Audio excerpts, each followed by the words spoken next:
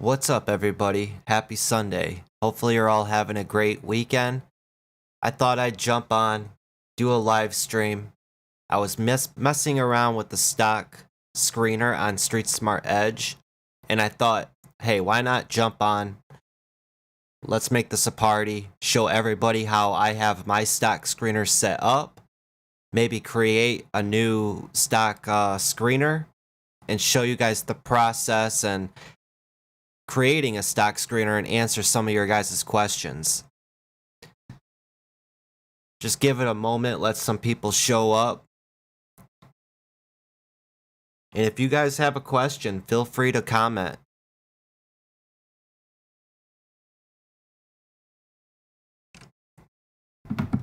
I've been hearing a lot of talk over the weekend about the big squeeze on GameStop. Just an epic squeeze. I remember back when nobody wanted this stock at $4, and then yet Friday it hit a high of $77, something crazy like that. Just insane. Look at that. From $42 runs all the way up to $76. I just hope that nobody wants to long-term invest and buy into this and hold, because all this simply is a squeeze. It will go back down and lower. Nobody knows when that will happen, but just be smart. Be smart about it. Take a step back and realize, yo, this stock just ran from $38 all the way up to $70.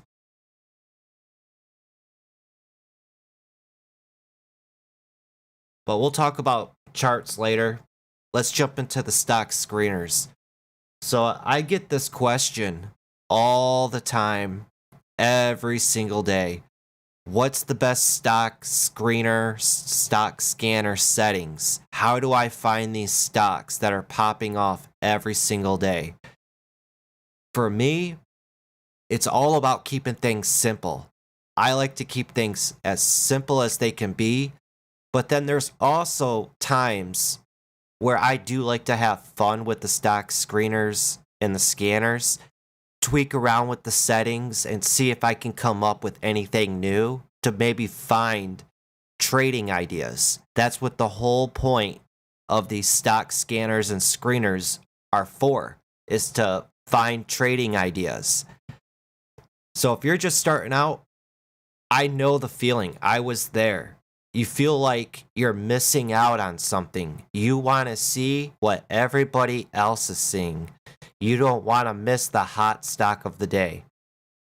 So I understand and know that feeling of missing out, and it's a feeling inside. You just feel it throughout the market, and especially in the morning, right when that bell rings. You want to know what everybody's watching, what's shooting up and producing and just exploding. Keeping it simple, all it really is just the basic percentage gainers. Well, then I get people asking, well, I go to Yahoo Finance and I go to FinViz and it's not showing me the stocks that are the top percentage gainer. There's like a lag to it. Just patiently wait. Every 10, 15 minutes, those websites are going to update. So every website is going to be a little bit different in how they select their biggest percentage gainers. Some have to cross a certain volume threshold for them to pop up on the biggest percentage gainers. But for the most part, there's a lot of free resources out there. I remember I use finviz.com. You could just go right to the website, right on the homepage. It's going to tell you all the top stocks of the day right here, right along with the biggest losers of the day. And then Yahoo Finance, it's not as good as it used to be, but still a very good and reliable website. just go to the screener section, and they have it to where you can create your own stocks screener. The one website that I used to use all the time, back when I very first started, if I was at work or out and away from my computer and I wanted to see the top stocks, I went to theliant.com.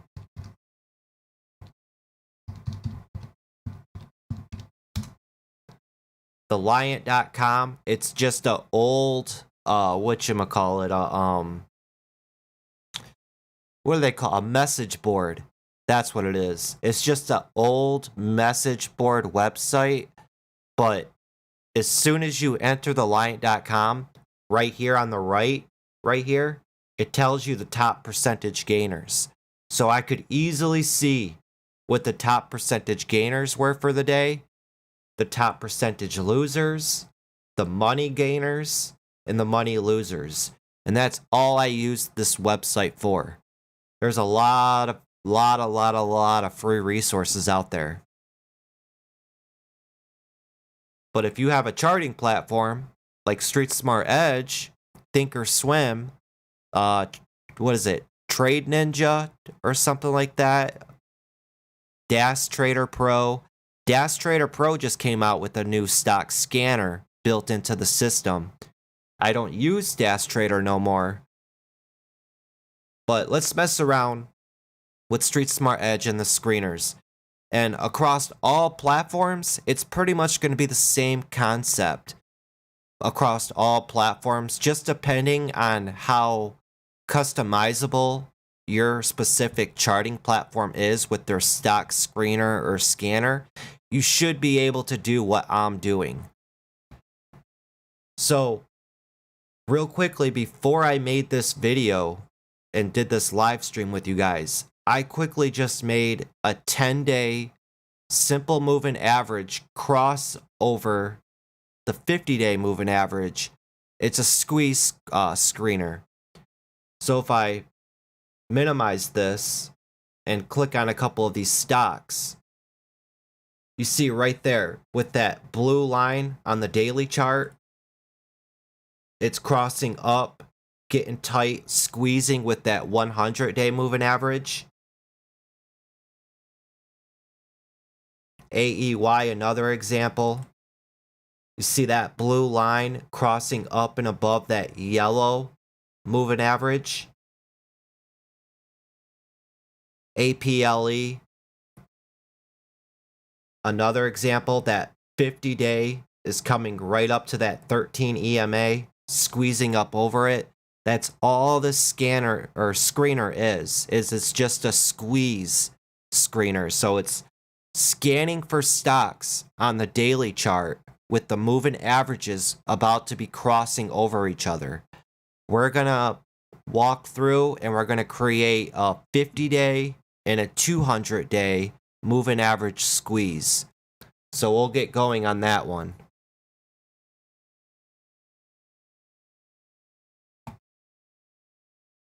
Let's see, 1 second, guys.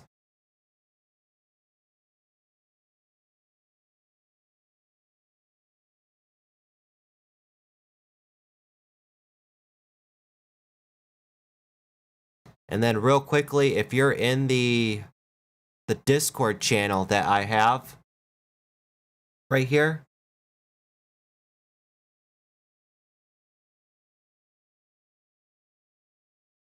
if you're in the Discord and you're a member, right down here in the trading platforms chat, all you got to do is click on the stock screener section right here for StreetSmart Edge.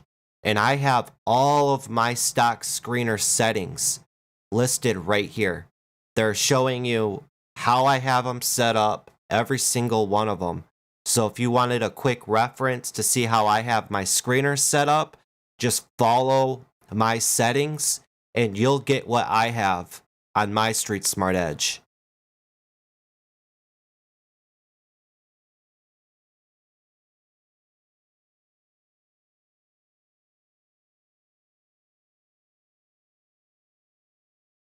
Alright, so this one that I created though, you get the general concept of how I created it.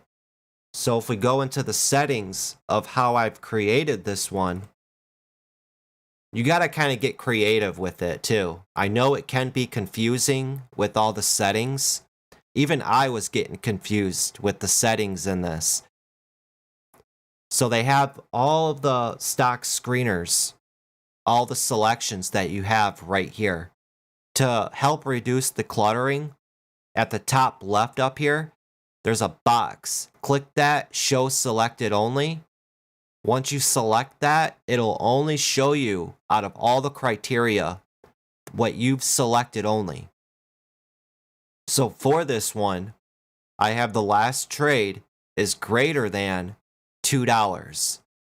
And the difference between last trade and the SMA 50-day is greater than, enter money value. I leave that blank.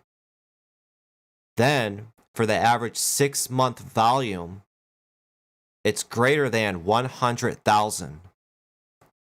Then the technicals, I have the SMA 10-day selected, and it's the difference between the SMA 10-day and the SMA 50-day is less than 0. And percentage difference between SMA 10-day and SMA 50-day is less than 0.50. I actually want to change this to let's change it to 0.10. And then I have the SMA 50-day selected. The difference between the SMA 50-day and the SMA 200-day is greater than, enter money value. I leave that blank. And difference between SMA 50-day and SMA 200-day is greater than, enter money value. I leave that blank. And you could see here on the right side, the criteria matches and the screen matches. And then when I click on the results, it has all of my stocks that meet all of those requirements will pop up on this list.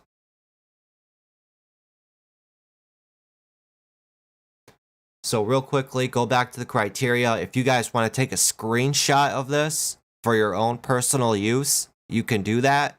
All this is a 10-day moving average crossing up and over a 50-day moving average on the daily chart. That's all it is. I wish I could go into the settings and tweak with it a little bit more to make it an 8 moving average to cross over a 50-day moving average, but they don't have that setting in here. I don't see it. So, and what I did was I went with the 15-day SMA crossing above 50-day SMA. So click that one once and a new tab will pop up right here. And then once that tab opens up, right click on it and click rename and rename it 10-day SMA crossing above 50-day SMA. That way when you click save screen here at the bottom right, it'll ask you if you want to overwrite it. Click yes. Let this go through and do its thing real quick to save the screener. Sometimes it takes a second. I don't know why it's this slow.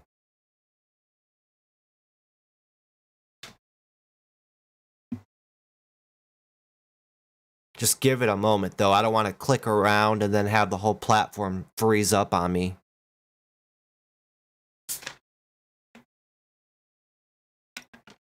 And another cool feature, I just thought of it.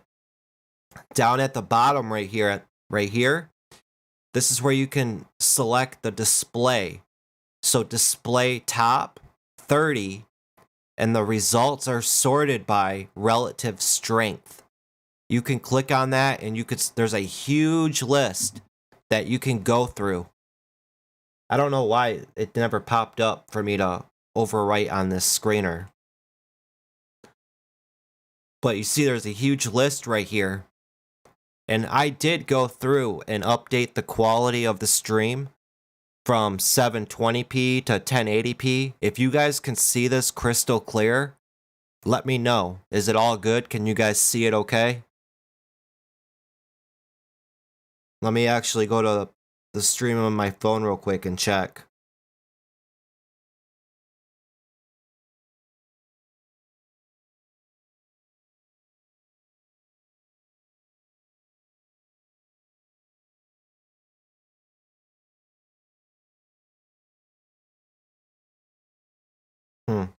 The quality still says 720p. I guess that's the highest YouTube will let you do for live streams. But if you wanted, I also stream on Twitch. That should be 1080p. And I also stream on Facebook. So that should be 1080p also. Noisy IV on Twitch says it's clear for him. Him or her.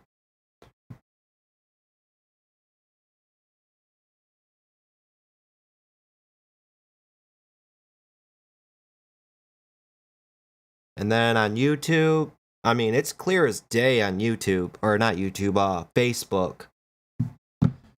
See, yeah, on YouTube, it's a little bit blurry. But then when I go to Facebook,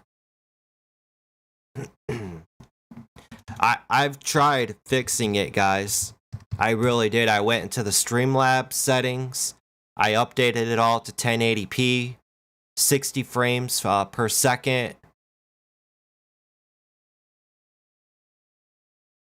But I think I've heard multiple people say it's YouTube. Their highest stream is only 720p. That's why it's blurry.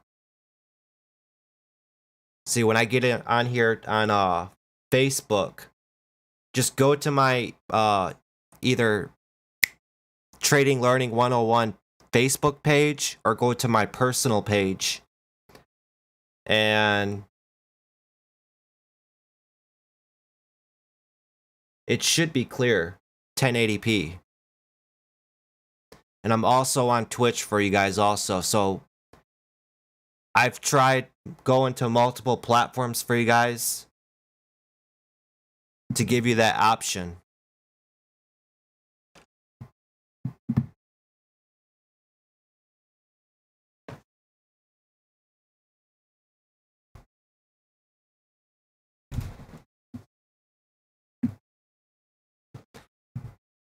I'll post the settings of this in the Discord channel under the screener section on StreetSmart Edge.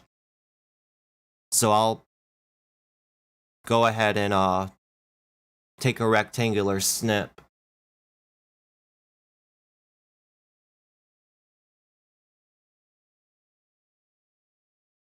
But we're also going to create another one, guys. We're going to create a 50-day and a 200-day one.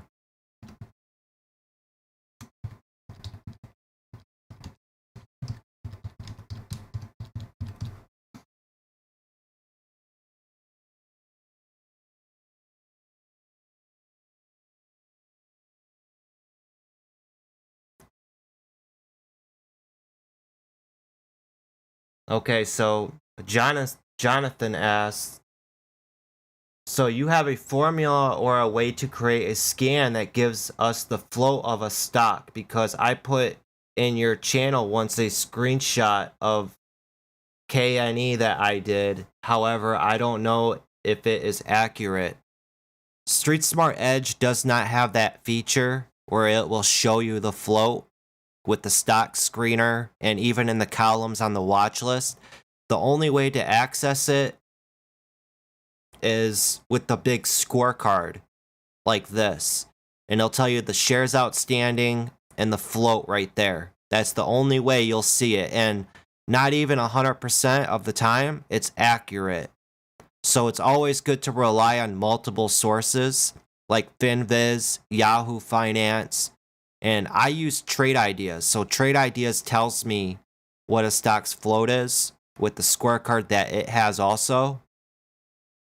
So I use multiple sources to see what a stock's float is.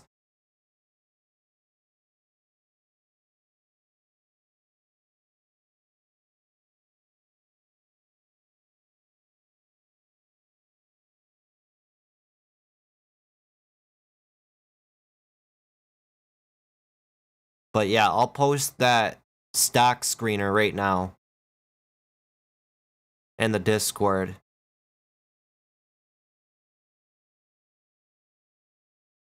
So it's a 10 SMA and 50 SMA squeeze.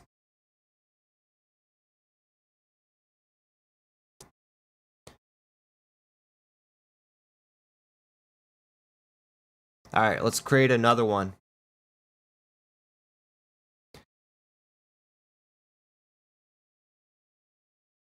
We'll enlarge this back up, and then I'm gonna click on I can't talk. 15-day SMA crossing above 50-day SMA. I'm just gonna click on this because I want all of the settings of this, but I'm gonna tweak with the settings. So let's click on that, and then it'll pop up a new tab right here on the right. Just give it a moment.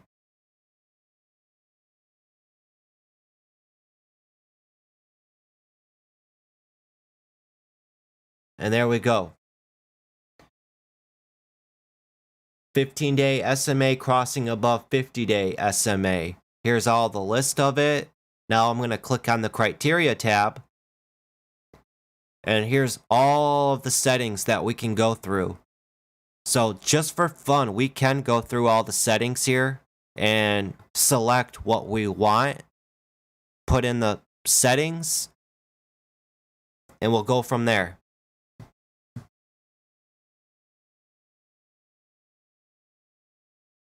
All right, so hold on. Let me read this question again from Jonathan.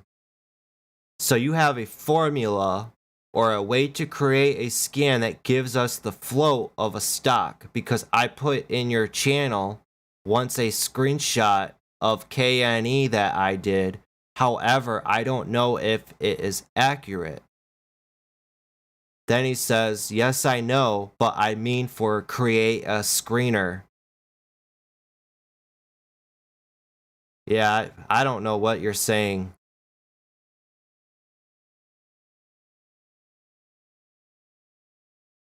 If you go to percentage shares held by institutions and put higher than outstanding shares, it gives you float. I have no idea what you're talking about. No, I don't understand what you're trying to say. Sometimes when you guys write a comment out, read it back to yourself and ask yourself, will this person understand what I'm trying to say? You gotta do that sometimes because we're not mind readers.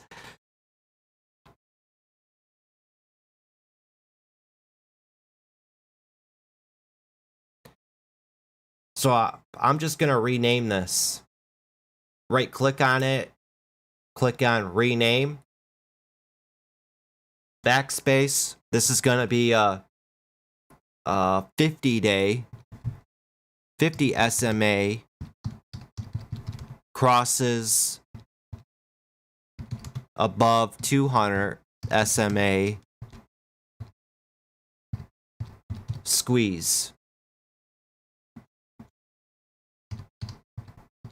It won't let me write that out, so I'll just keep it like that. And then hit enter.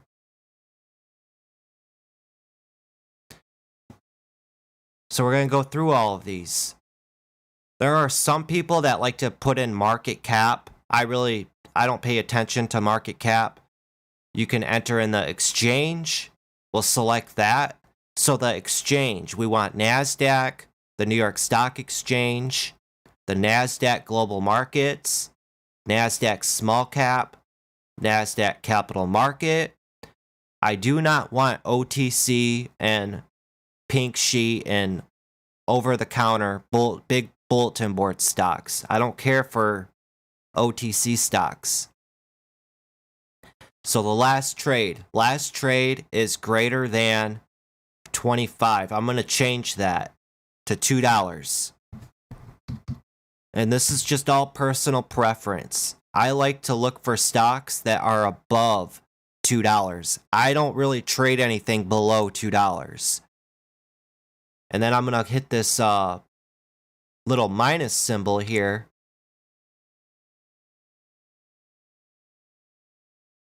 Oh crap, I just messed it up.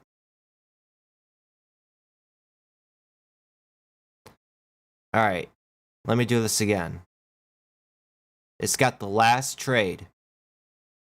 Last trade is greater than $2. Don't hit that minus sign. If you did hit the plus sign, I messed that up. So difference between the last trade and the SMA 50-day is greater than, and I'm going to leave that blank. I don't want to put any value in there. Then we got open, previous close, high, low held by institutions, volume, average 5-day volume, average volume 20-day, average volume 6 months. I'm going to mess with this. I'm going to uncheck that. Maybe you could put in average volume the past 5 days. Let's do that. The average volume 5 days is greater than, I'm going to put at least 100,000.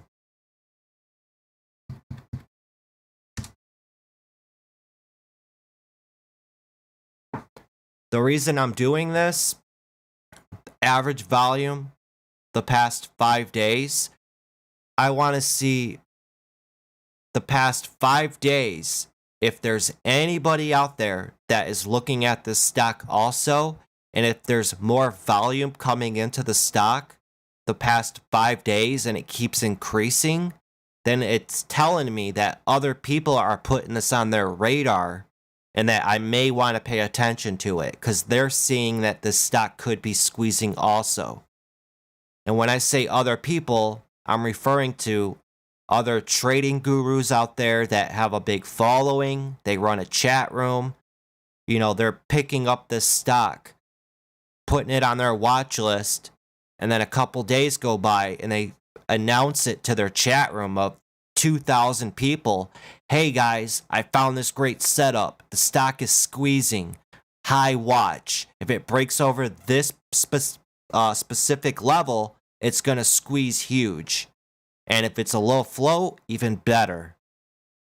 So you got to think ahead and strategize like that. Try to see it before it happens. So that's the way I want to try to make this stock screener. I want to try to develop it and tweak it to try to pick up on things before it happens and see the potential that could happen, if you get what I'm saying.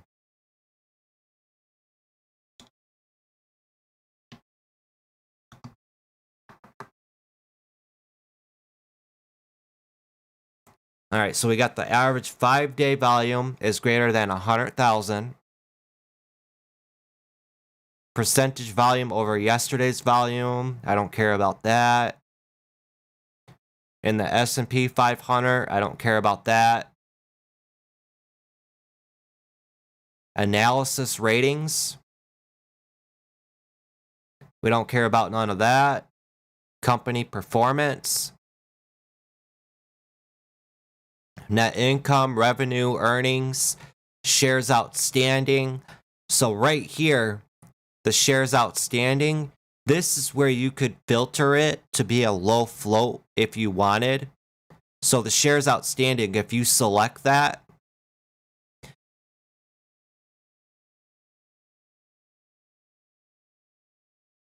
shares outstanding is less than, let's just say 100 million. Or, yeah, 100 million. If the shares outstanding, normally there's a difference between the shares outstanding and the float. Let me show you guys an example.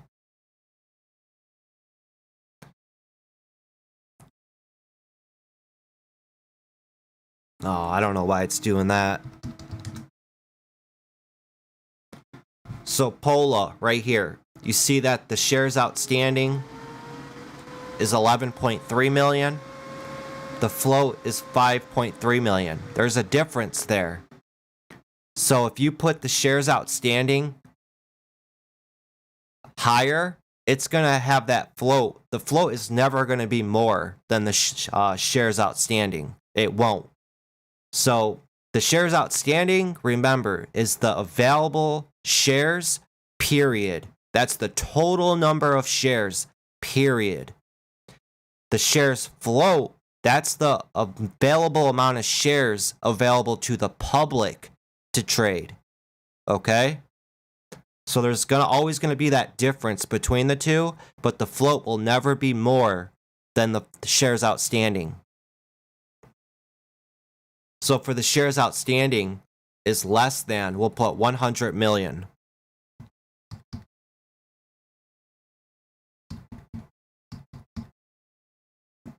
Now I gotta go through and see if I did this right. 1, 2, 3, 4, 5, 6, 7, 8, 9.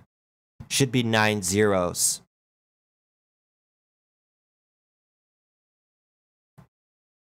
One followed by 9 zeros.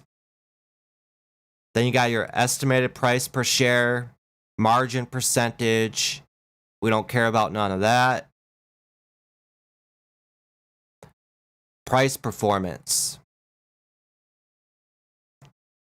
Change, percentage change, change from the open, change, percentage change open, gap percentage. So you can get with it a little customizable with it here from the change, percentage change from the open, the gap percentage open. Like let's say you want it to pop up on this screener only if it's gapping up 3% or more from the previous day's close. It'll pop up. Or the percentage change from the open, it has to be 3% or greater. It has to be green on the day. I'm not really interested in that. Maybe the percentage change from the previous day's close, I'll put. Let me see if I can find that.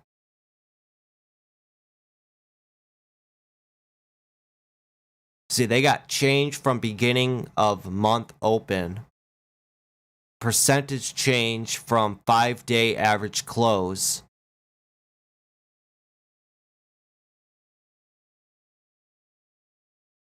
Percentage change from year-to-date average close. I'm not interested in any of that. I want the percentage change from the previous day's close.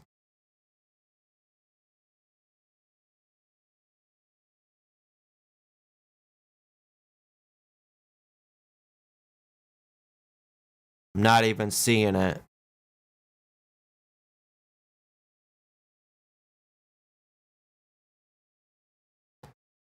Well, that's pretty whack. They don't have it. I don't see the percentage change from the previous day's close.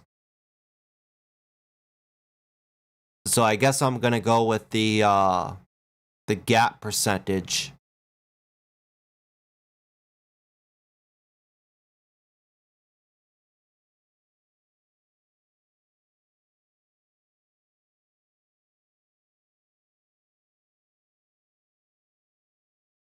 Just running through it real quick right here to see if I can spot it, but I don't.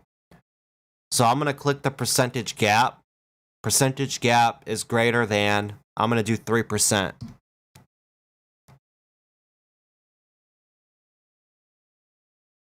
That's pretty whack that they don't have the percentage change from the previous day's close. But you gotta get creative and work around it. There's your relative strength if you wanted to add that.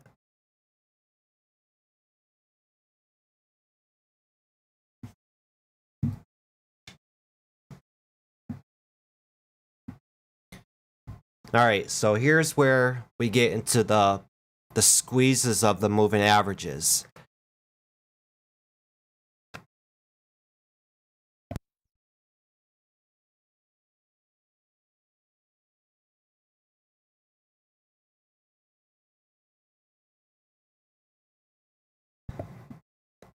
So what I do with this, I leave it the way the way I opened it, so I can pretty much copy the settings but into a different section. So what I'm trying to say is this is going to be a 50-day and a 200-day squeeze.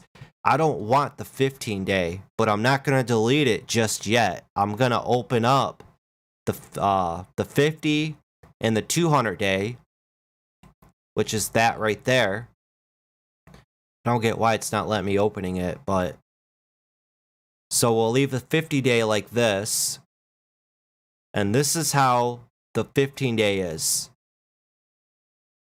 I'm going to take a screenshot of this just to save it.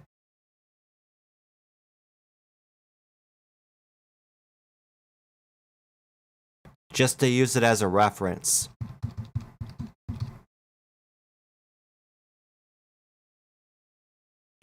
I don't want that.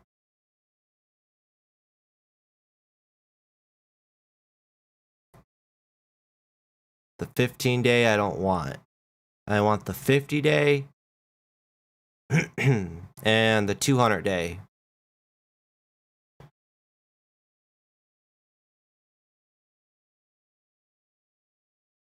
SMA 200-day and SMA 50-day. Let me open that back up.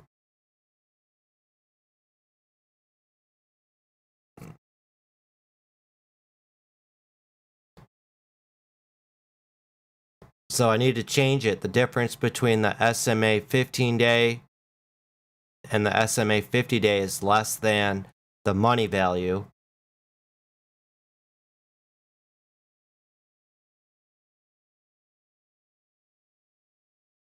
All right, difference between the SMA 50-day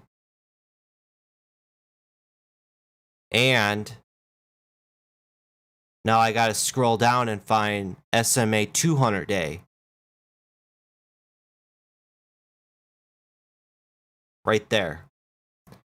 SMA 200-day is less than 0. I want to leave that blank. And I'm going to add another filter. Percentage difference between SMA 50-day and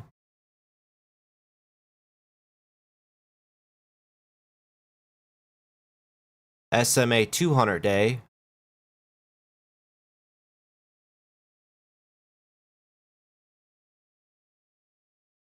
is less than,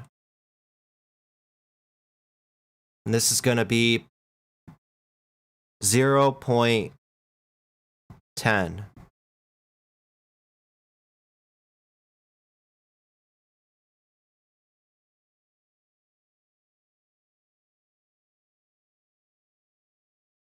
And then with the 200-day right here, I'm going to pretty much do the same settings as up here.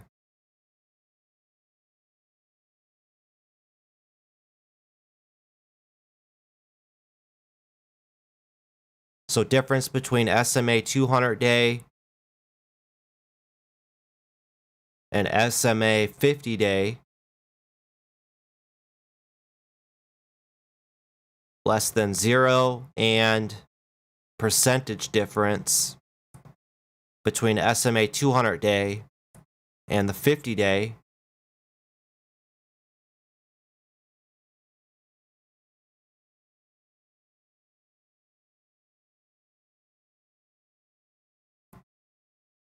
is greater than 0.10.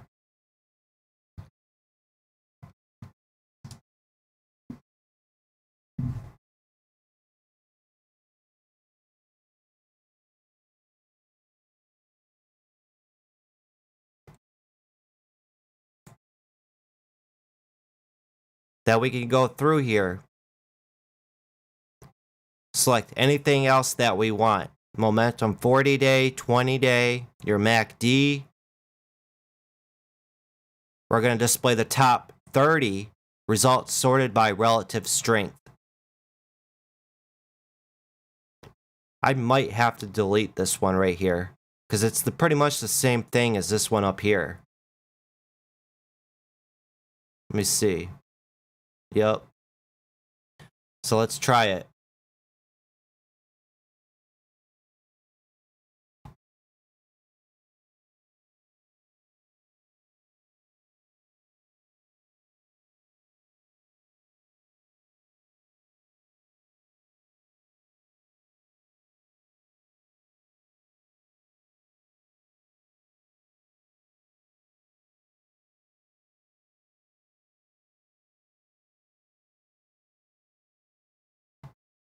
All right, there are some squeezes going on, but I don't think it's ready quite yet.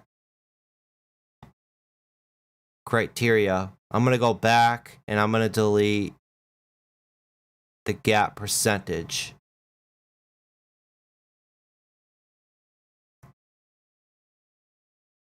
See, the more criteria that I delete, I'm getting more results. If you get too carried away with the criteria, it's just too many filters to go through, and you're going to be very limited on all the selections that pop up.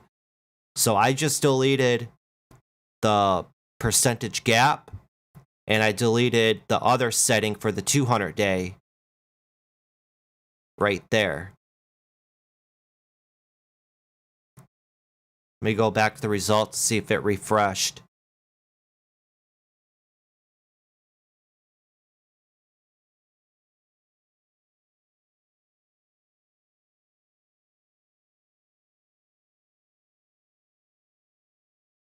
Okay, there we go. That's a lot better, guys. Had me worried there for a moment. All right, so you see how that blue line, that's the 50-day moving average. And that red line here, that's the 200-day moving average. You see how that blue line is coming up to that 200-day for a squeeze? It's picking it up before it happens. So we could have a potential squeeze right here on KLXE.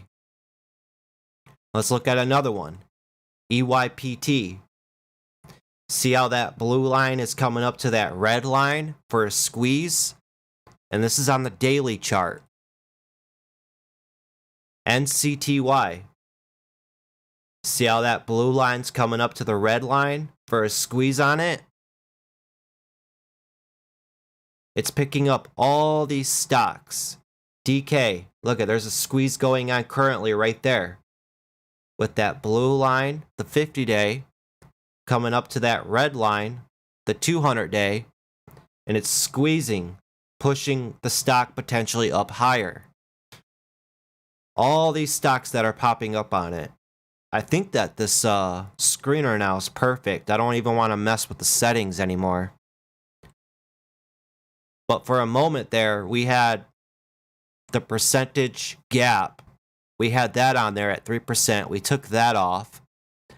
And then it got all the more results for us. And then I just added this back in. And it started picking up all these stocks on the results. So let me go back. Show selected only. And this is all the settings for the 50-day and the 200-day squeeze.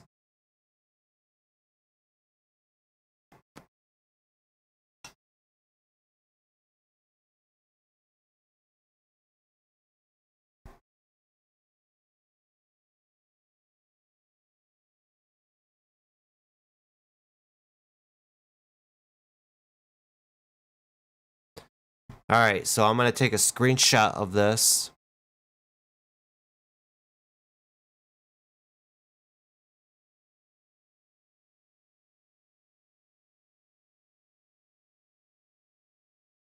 Save it as capture. And then we're going to go over here to Discord.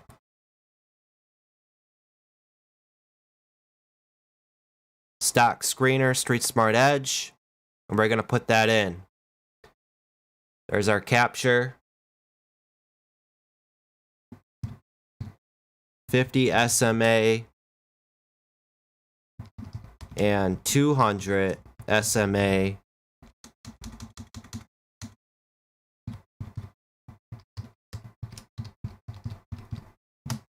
Squeeze.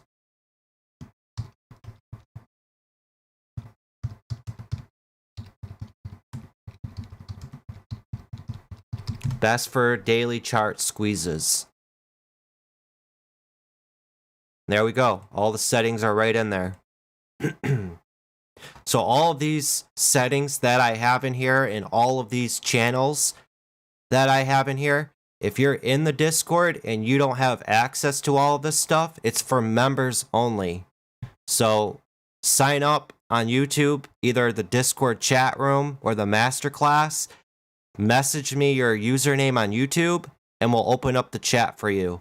This is just an easy way for me to dedicate my time to people that want to take this seriously.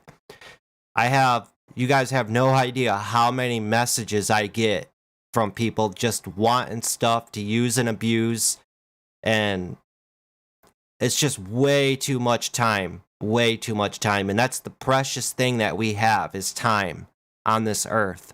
So I want to dedicate my time to people who show me that they want to be here. So if you're not already, join the Wolf Pack and you'll unlock the whole entire Discord. There should be a join button right there on just below my page.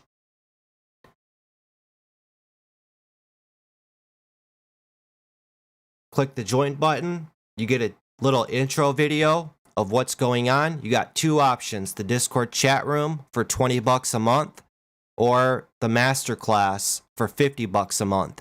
Dirt cheap, you guys. Dirt cheap.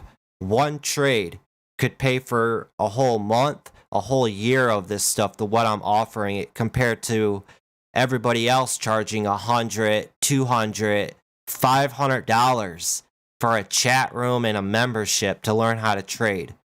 So this is dirt cheap, guys. Dirt cheap.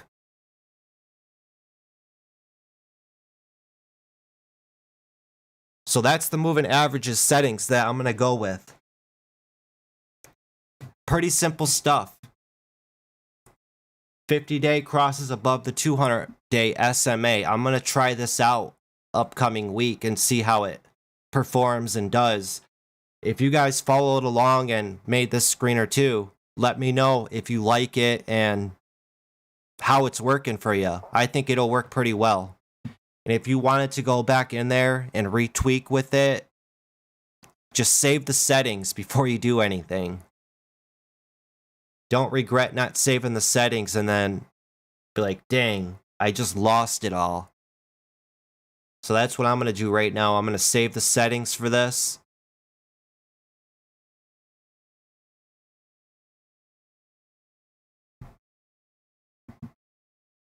Just give it a moment. It takes a moment. So you see how it says duplicate screen name?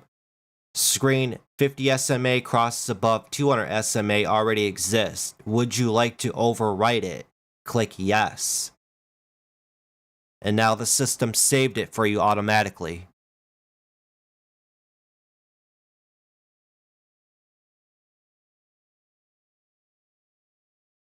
One thing I don't like about StreetSmart Edge is the performance by sector. I just use it as a quick glance to see what sectors are performing the best, but as you click onto them, they get really complicated. You see how it opens up the subsector, your interactive media services, diversified telecommunication. Then when you click into that, it just opens it up like this. And then you got to open that up. And then it opens up all of these. And I'm like, where is the ticker? Like, how can I tell what ticker symbol it is?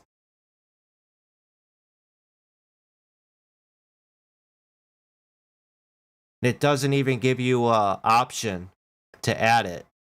Let me see. Yeah. Doesn't give you the option to add the ticker symbol if you wanted.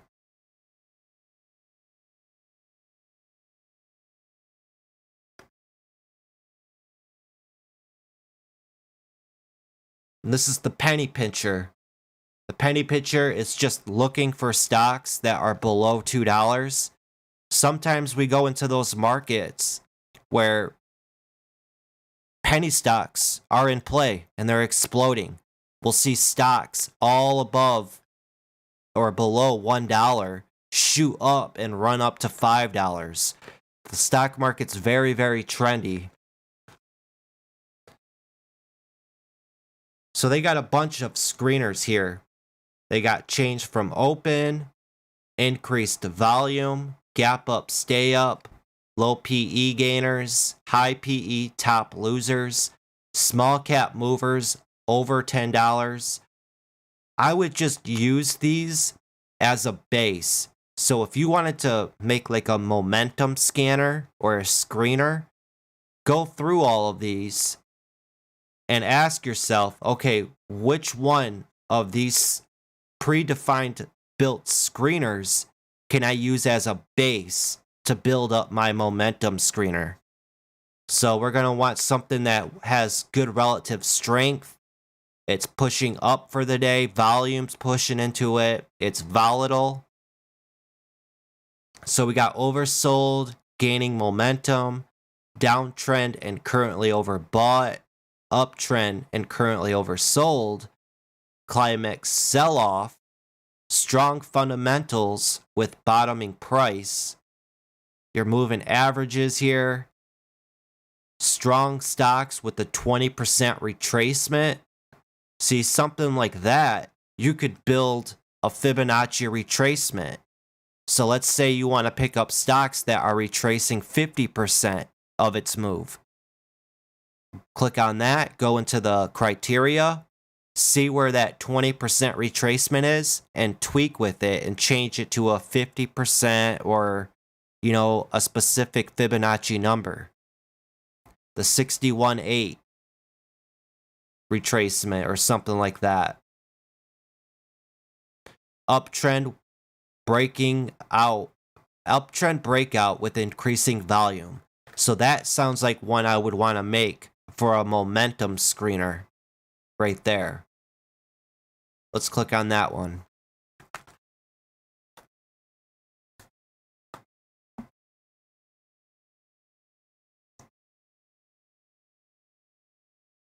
Uptrend breakout with increasing volume. Let's click on criteria. Now let's select to show what's only selected so we see what we're working with. So we got the last trade is greater than 10. Last trade is greater than 10. I'm going to change that to $2. I'm going to add another filter. Last trade is less than. I'm going to say $50. So I want it to be looking for stocks between $2 and $50. High. Difference between high and high 20-day is greater than, and it's blank. Average volume 5-day. Difference between average volume 5-day and average volume 1 month is greater than average volume 6-month. Price performance. Percent return on equity. Percent return on equity is greater than 15. And then we get into the technicals. It's got a 15-day SMA and a RSI 10-day. So I think I could tweak with this and make it a bit better.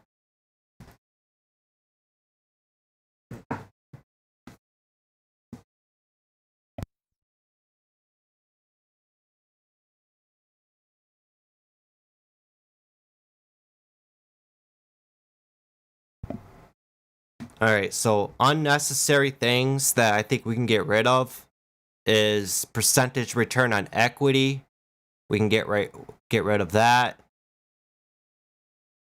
Average volume 6 month, we can get rid of that.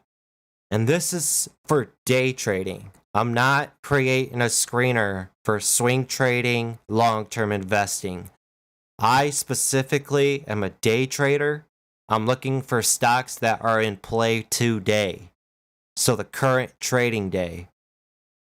Or maybe the next trading day if it's setting up.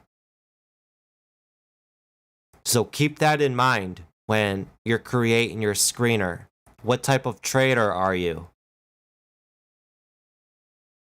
So the high, difference between high and high of 20-day, I would put high of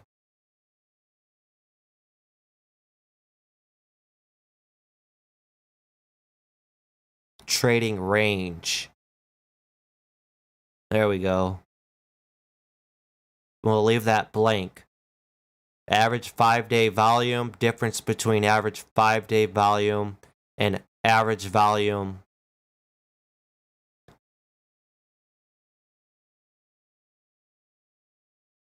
Let's do 20-day is greater than, we'll leave that blank. SMA 15-day. I want to see if they have anything smaller than the 15-day. So we'll uncheck that. And we'll leave the RSI on there just for the heck of it. But let's bring back up our criteria. And let's go through it. Exchange. Check all of these. Except for OTC.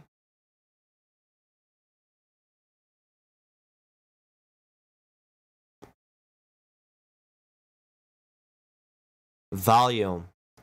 Volume is greater than, I want this to pick up stocks with volume on the day that's, let's say, 100,000.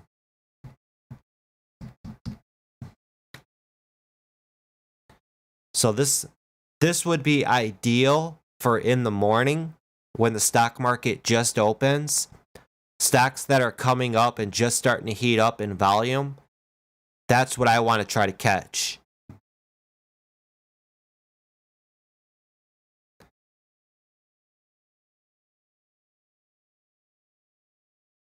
Company performance.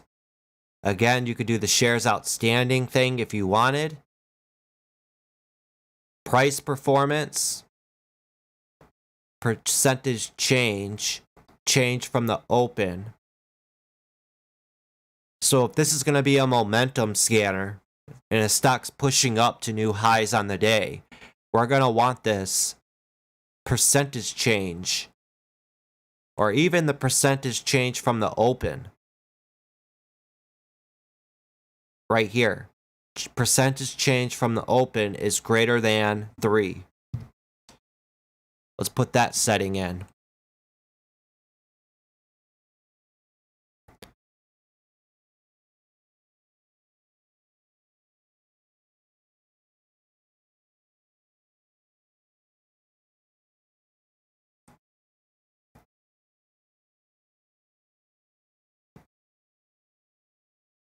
Daily high count. Daily high count is greater than, see, this is where it'll pick up. Let's say the stock keeps hitting new high. So every time the stock hits a new high, it's going to count how many times that stock made a new high on the day. So your day high count is greater than, let's put 3, just to try it out.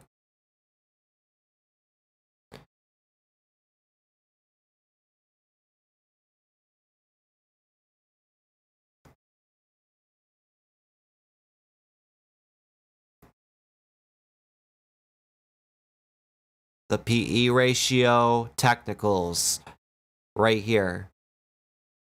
So I wanted something less than that 15-day. They got an SMA 10-day. I guess that'll have to do.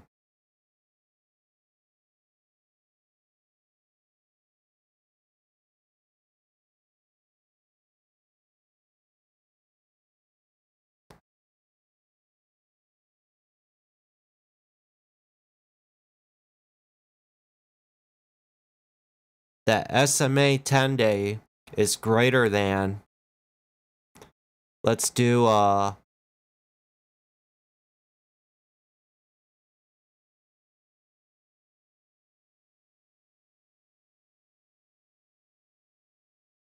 SMA 20-day.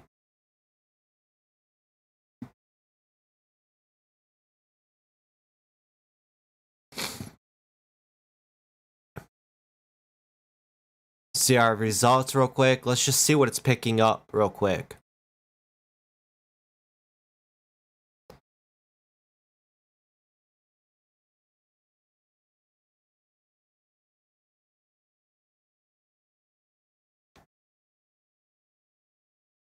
So on AMC, you see 2 good days here from $2 up to 3. Nice 2-day pullback, snaps back up. Here's the intraday chart, a 1 minute time frame. See at the end of the day here, it went from 285 all the way up to almost $4 with all this volume right here.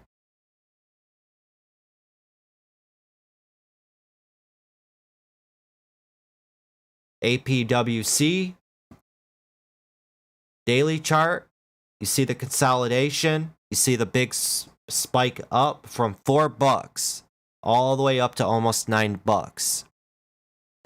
Pull up our intraday chart. Look at that big spike in the morning from 4 all the way up to 850.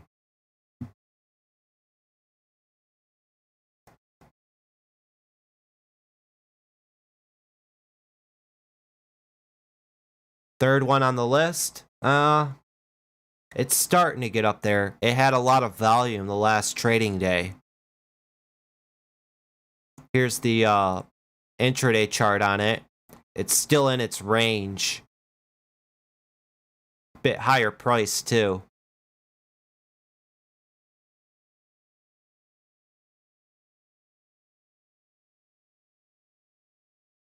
Wow, BW, that's just 1, 2, 3, 4, 5, 6, 7, 8, 9, 10, 11, 12, like 13 straight red day or green days.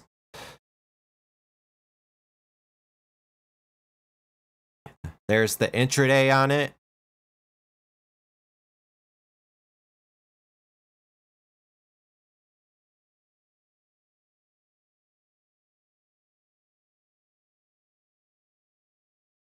So the stocks that it's picking up, they're not bad, but I feel like it could be a little bit better.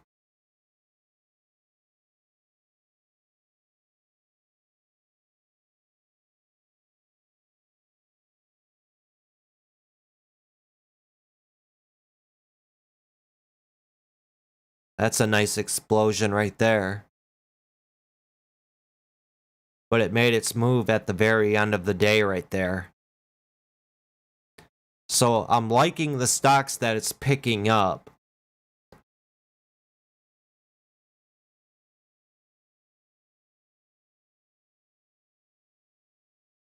When I go back into the criteria, last trade is less than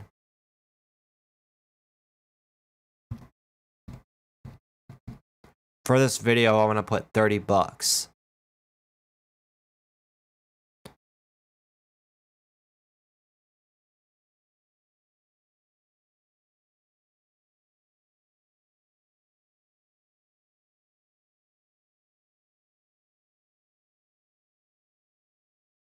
Okay, display top 30 results sorted by percentage volume over 1 month average volume.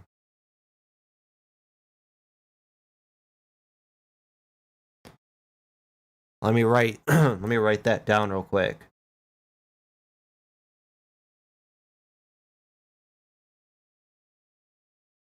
Ben J asks, is there a difference if you enter money value and 0 when you want to leave blank? I can only leave a 0. That's perfectly fine. Zero, it's the same as leaving it blank.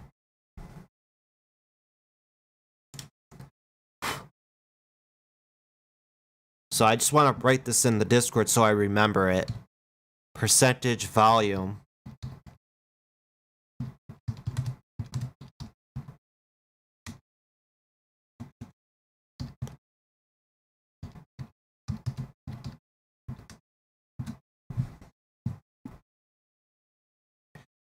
So I want this to display. This is where it can make a big difference in what it picks up. So this is going to be a momentum screener. We want to try to pick it up when stocks are making their move up and keep pushing up. So we want the results to be sorted by, you could do percentage change and keep it simple. Let me see if there's anything unique in here that I can pick.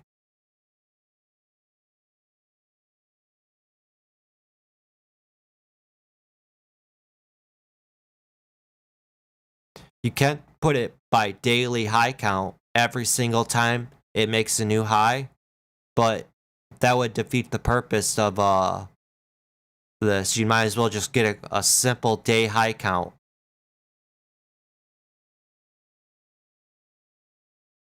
We could do relative strength. That might be a good one.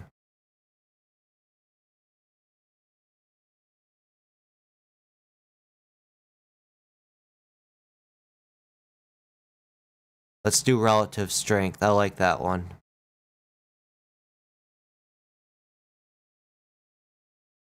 And then make sure, guys, I forgot to mention, at the top right here, the update. This is a stock screener, so it's not real time. Stock scanners are real time, so there's a 15-second delay on this screener. Make sure you have it set to 15 seconds. I don't know what the default might be for some of you guys. It may be 60 minutes. I mean, you wouldn't want that. 30 minutes, you don't want that. You want the fastest. So pick 15 seconds. So every 15 seconds, this screener is going to update when the stock market is open.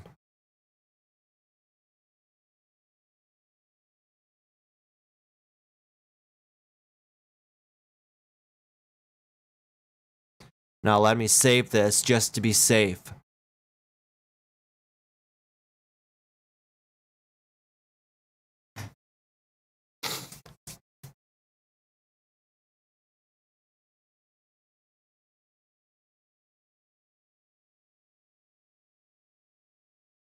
If it'll let me.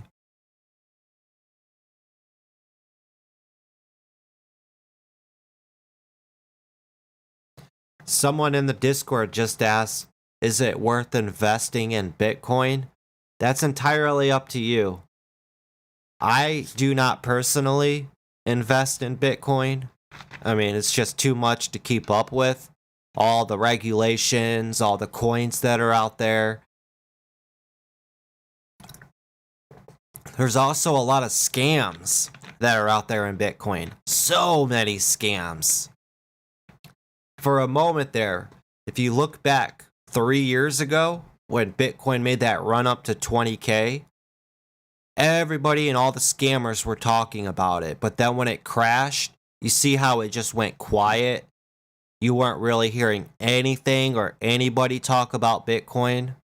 And now that it just recently ran up to 35K, 40K, all the scammers and all the scumbags that like to steal people's money, they all get awoke. And now you're getting all of these random messages on Instagram, Facebook, whatever platform you're on, talking about Bitcoin and buy now or sign up and get free Bitcoin. There's a lot of scam in Bitcoin. That's what scares me about it. And it's not real. You have no physical proof of knowing that you own a Bitcoin. And I seen a funny video I shared in the Discord talking about the rich wanted a way to get richer. So they came up with this idea called Bitsy. And in reality, it's Bitcoin. And they said that they could hit a high of 25,000. And when it did, and then it crashed back down, all the millionaires loaded back up on it and bought even more. And then they started publishing in all of these magazines, Forbes, the Wall Street Journal, advertising about it, saying Bitcoin could hit 250,000, 500,000. And the cycle repeated itself. And now Bitcoin's running back up. I don't know. Bitcoin it's sketchy to me. It's not regulated. You know, the banks that run the world, they don't have a say-so in the transactions. Uncle Sam can't keep track of what you're doing with your money. It's just, to me, it's too good to be true. It may be the future 100 years from now, 200 years from now, but for right now, equities and money is in play. So that's what I'm going to focus on. That's my opinion. That's the way I view it.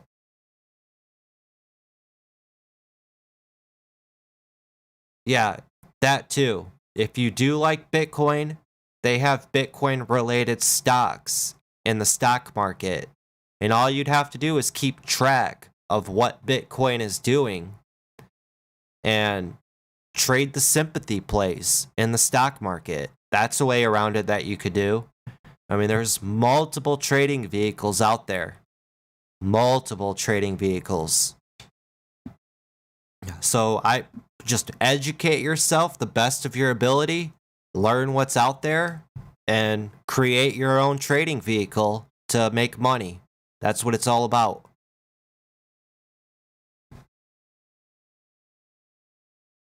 That was a good comment, that Ben J.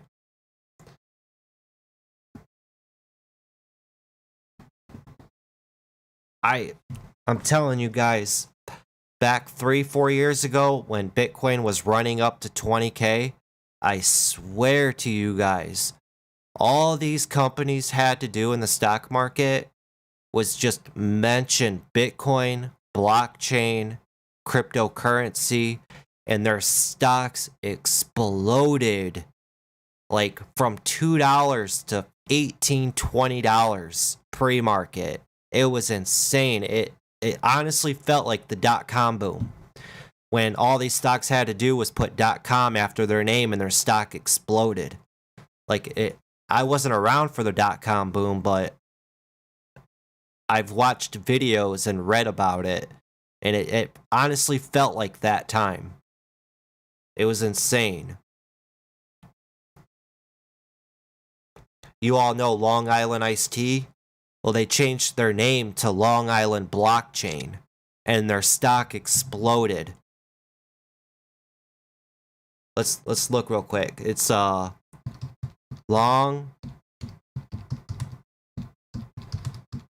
Island Iced Tea.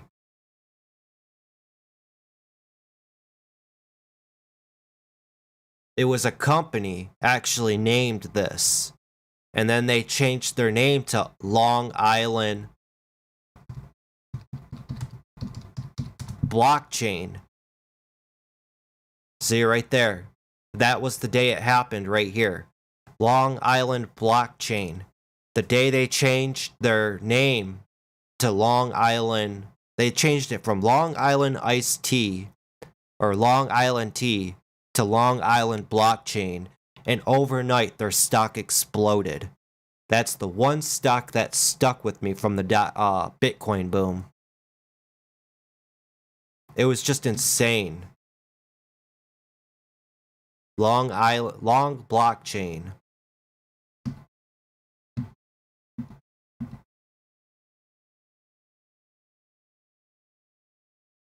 Yup, December of 2017. That's when it happened right there. From $2, it ran all the way up to $14.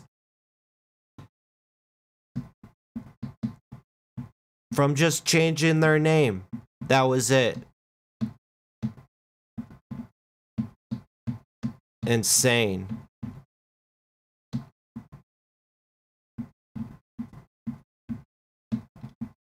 I'm speechless on that. That's just crazy. Even Kodak got in on the deal. I remember that. KODK. I know you all remember KOKD. KODK. When it went supernova right here from 2 up to $62. They did so many reverse splits now, but they did the same thing. They went from Kodak to Kodak Blockchain, and it was insane. Their stock exploded.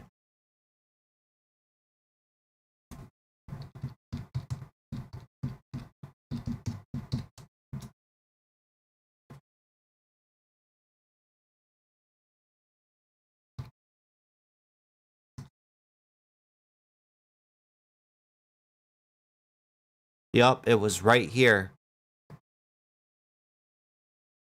Kodak coin.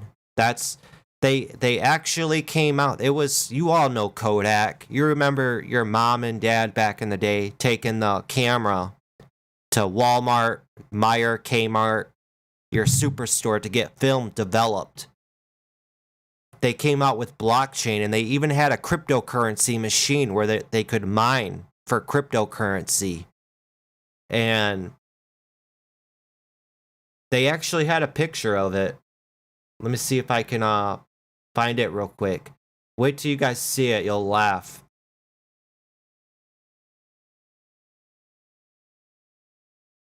It was right here. Look at that. Ain't that funny? That's insane. Kodak Cash Miner. So this was back when Bitcoin first boomed back in 2017.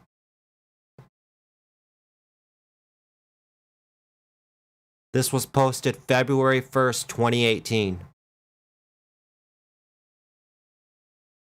And then after that boom, you see what happened to Kodak. It just went back down in price. It's just all overhype. It's the euphoria chart.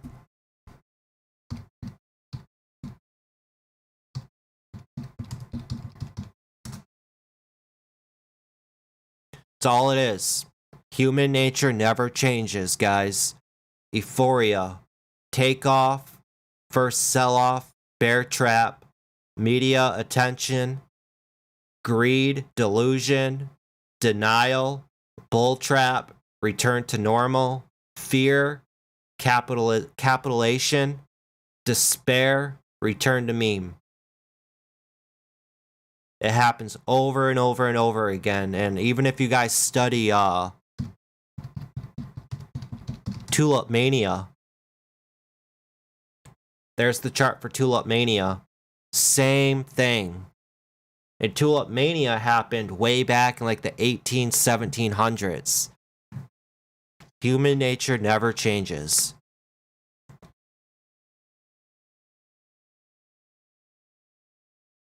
Right there.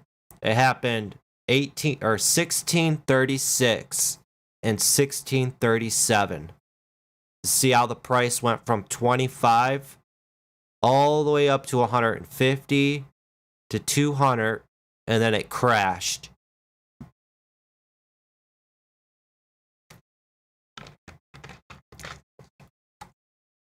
Interesting stuff. I'm fascinated with this type of stuff. And that's the picture that you see from that movie Wall Street. Gordon Gekko has it. He's got it framed.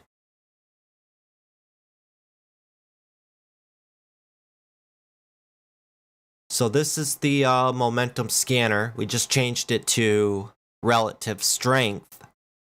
Now let's see the stocks that it's picking up. Number 1 from Friday, Pola. SUNW. There's the intraday chart. TLRY. There's the intraday chart. See the big morning spike right there from 17 all the way up to 1850. Gets a nice pretty much 50% retracement from this move. It bounces from 1750 up to 18. Quickly throw on a Fibonacci retracement on that move. Look at that. From the high, the stock pulled all the way down to the golden ratio, 61.8, and had a nice 50-cent bounce right there. That's the type of trade that I would have looked out for and traded.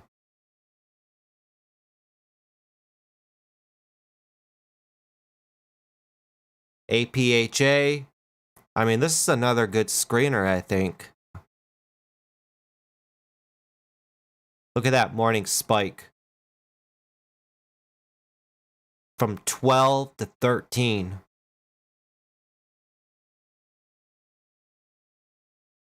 AQB. Nice uptrend the whole day from 11 up to over 12.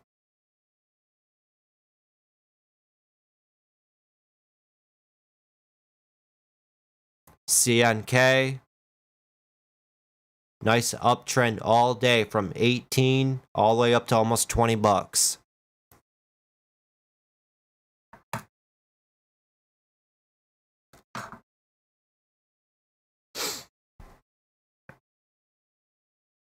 So someone asked, what's up with TSNP?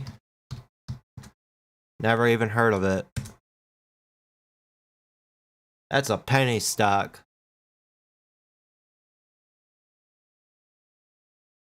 I'm not much in the penny stock biz like this.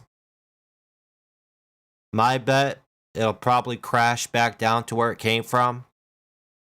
It's really, to me, it's not worth it getting into this type of stuff. It's just pure gambling. It really is. It's a lottery ticket, what we like to call it in the Trading Learning 101 community. There's just so much more opportunity out there than paying attention to these crap penny stocks like this. You know, you'd have to buy 200,000 shares for it to go up 2 cents to make good money, and then you're risking. What if it slams down 5 cents, 6 cents on you? You just took a big loss and you're holding 200,000 shares. That's going to hurt. Versus something like Pola, you buy a couple hundred shares of it. I mean, the stock is volatile, like from $17 up to a high of $24. Stock moved up $7 in a day. Not even. From 9:30 to 11:30, 2 hours. It moved up $7. 100 shares of that would have been $700. 1,000 shares, that would have been $7,000. Insane.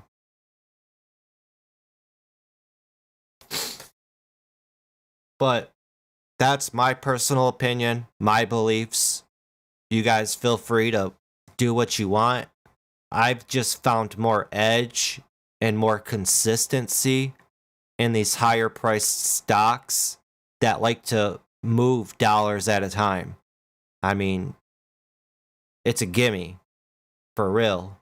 Stock runs up, bottoms out right there at the VWAP, just above that mental 20 bucks, $21. Runs all the way up to the high of day at 25 bucks, all within from 3 to, or from 2:30 to 3 o'clock, a half an hour. It ran up $4.50. Compared to, what was that, TNSP?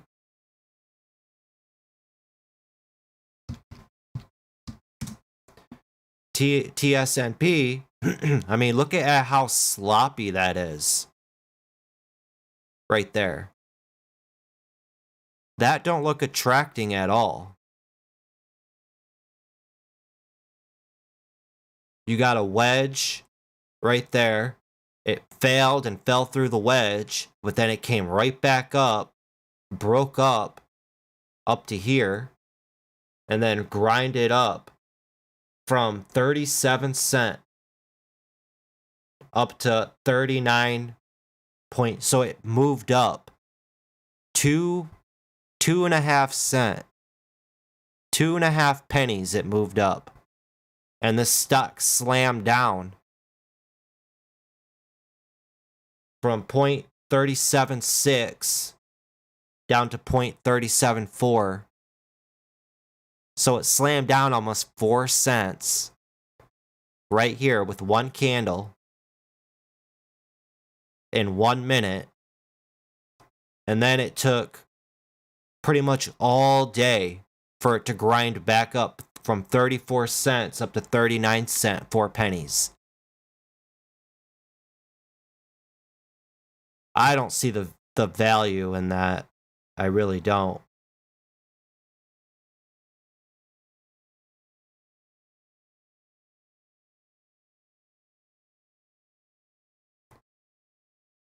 Even like this day right here, you see the triangle right there? From 31.5 cents, it just sold off hard all the way down to 27.50, 27.5 cents. Bounced back up to 31 cents. And then it came back and consolidated and squeezed up.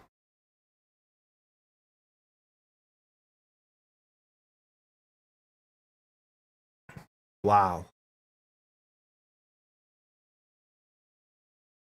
Look at all the volume right there on this. That's insane. That's $500 million in volume right there. Just right here.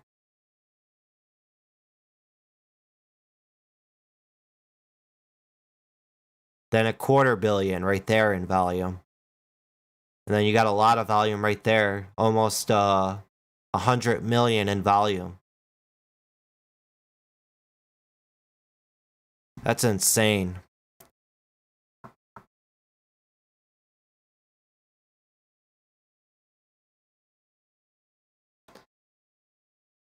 Yeah, I don't know about TSNP.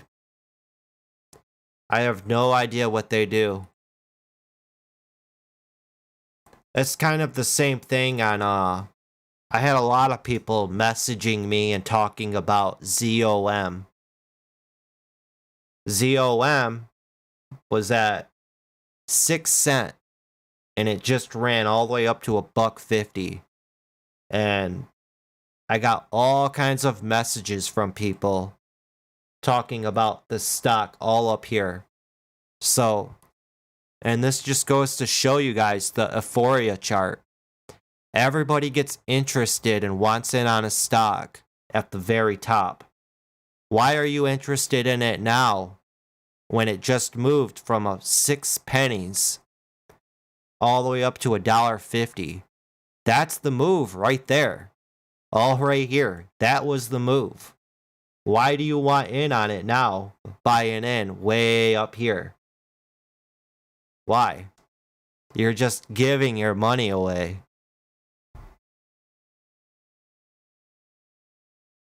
It's human nature, guys. It never changes. This is where you learn to pick up on the patterns and capitalize on it. You're the 10% that's studying these charts, and you're taking these guys, you're taking their money. That's what you're doing. And you do it like a boss.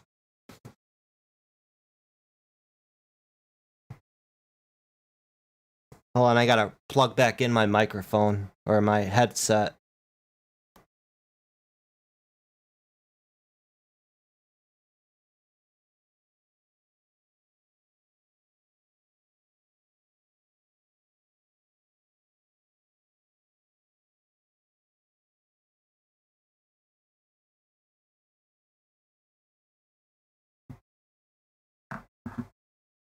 Alright.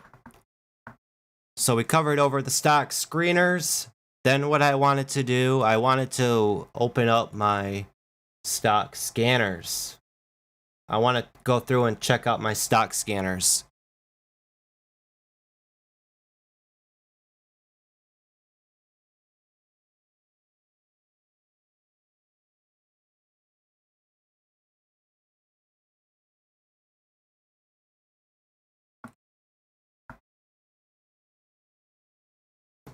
Let me load it up here.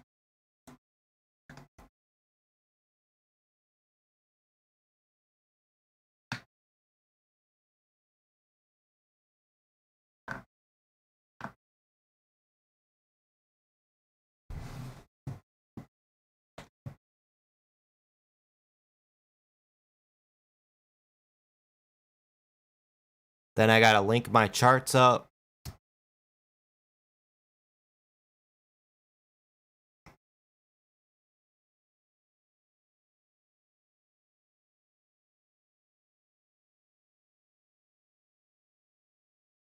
All right, let's see what the VWAP strategy scanner picked up for the day.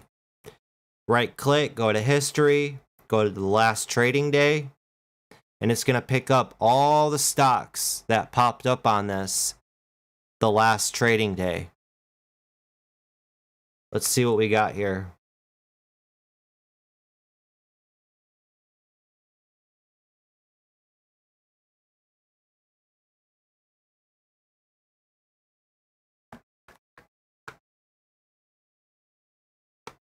It's taking a second to load up.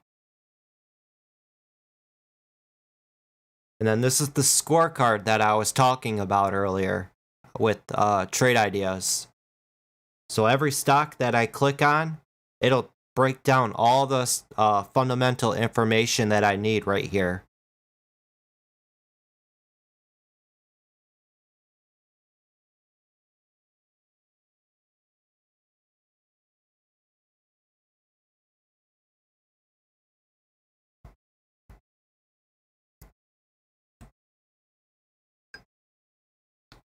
I don't know why this is taking so long. Come on.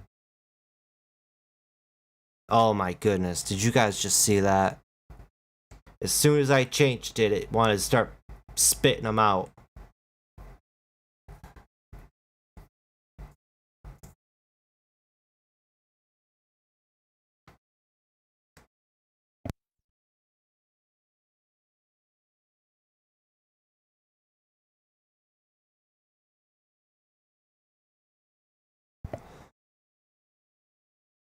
Alright, we got BSY hitting the scan. Looks like it was just trending down recently. It's trying to get a bounce on it. So this is my VWAP scanner. What this VWAP scanner is doing, you see that orange line here on my 1 minute chart? This VWAP scanner is picking up stocks that are 3% above that VWAP with volume on the day, pushing into it. So you see that this stock here, BSY, it was hugging around that VWAP, that orange line here, all morning. And then as the day progressed, it started to lift up, and from 44, it took off up to over 46. Same thing here with SKT. You see there in the morning? In the morning, it was right at that VWAP, and it pushed up. And from 12, this ran all the way up to almost 14 bucks. AMCT, AMCX. Here's another one. From 43 all the way up to 50 bucks.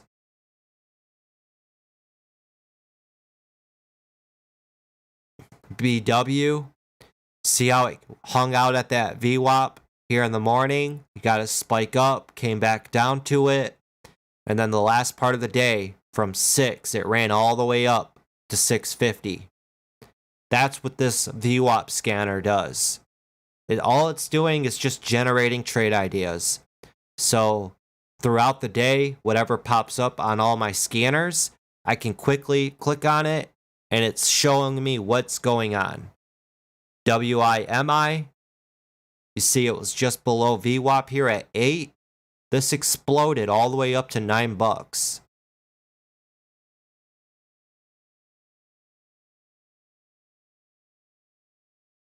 But generally, what I try to look for with this VWAP scanner, I try to look for stocks that just keep hitting that VWAP and bouncing off that VWAP all day for scalp opportunities. That's what I like with this.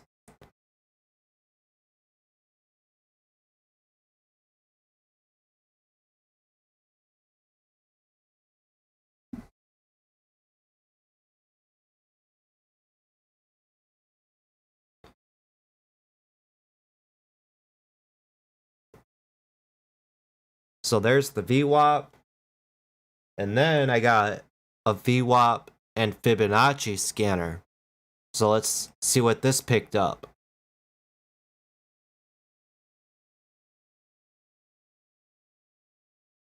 VWAP and Fibonacci scanner. So we covered what the VWAP was the first one.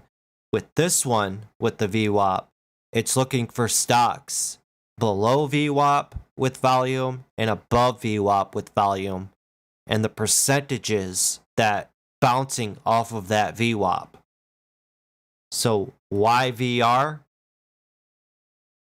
off that VWAP from just under $2 runs up over 2 to 236. ORMP, just a steady grind all day. JE, RKDA,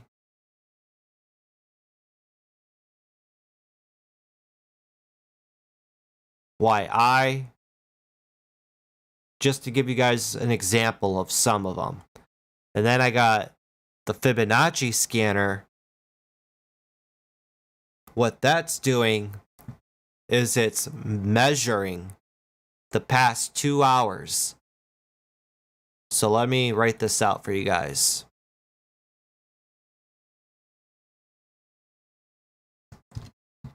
The Fib scan,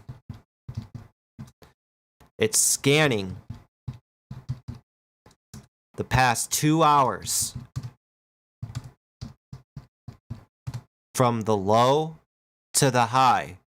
And as the stock retraces from that low to the high, the past 2 hours, it's telling me the levels that it's coming to on the Fibonacci retracement. So the past 2 hours of the high or the low and the high, when a stock runs up like that, and as it starts to retrace like this, every Fibonacci level that it comes to, it's telling me and alerting me on this scanner along with the volume criteria that I have selected. Makes sense? So HCDI, the past 2 hours of the stock scanner. So you're going to want to look at a bigger time frame. The up move right here, probably from 320s up to 340. Stock pulled back. It's still continuing to wedge out. But with this stock scanner, you want to look at the bigger time frame compared to the intraday. It's not perfect, but it works.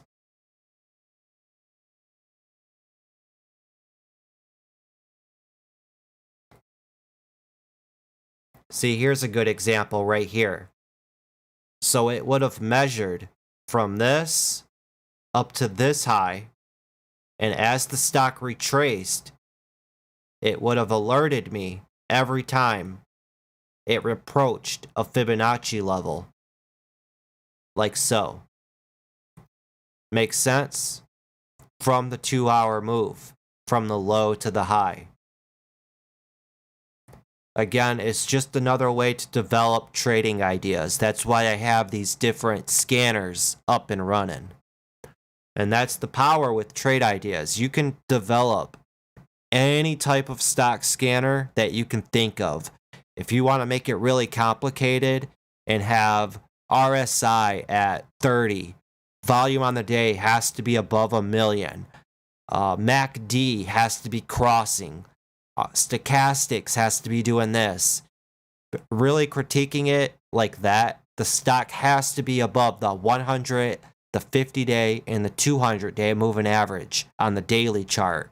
You could put all of that stuff in and develop what you want. It's relatively easy. Let's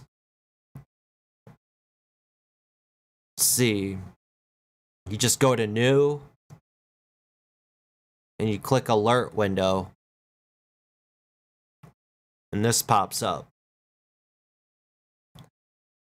And you just select your alerts, go to search through what you want.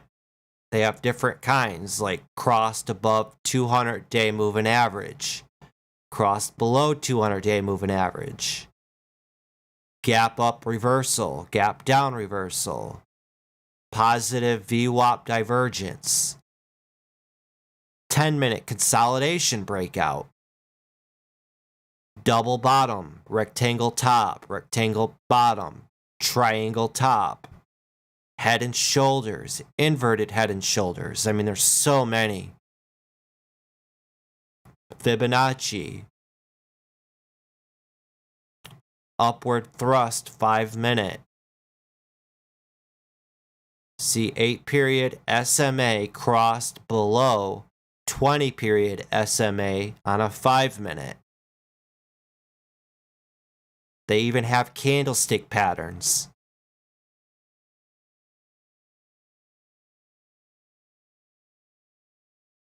A lot of cool stuff on Trade Ideas.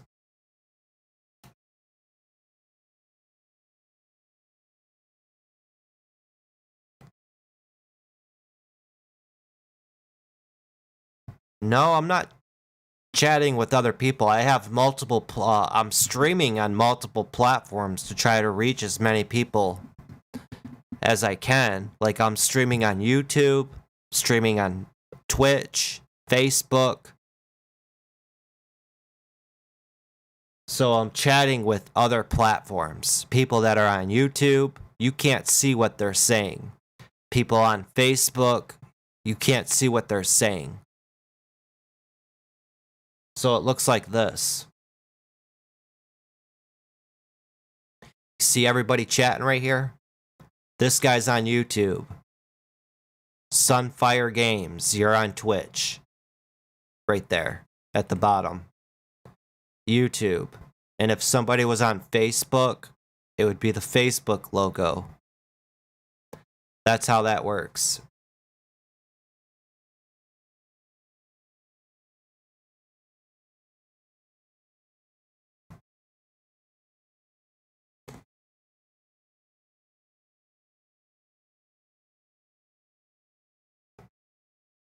So I've tried creating a moving average squeeze scanner on Trade Ideas.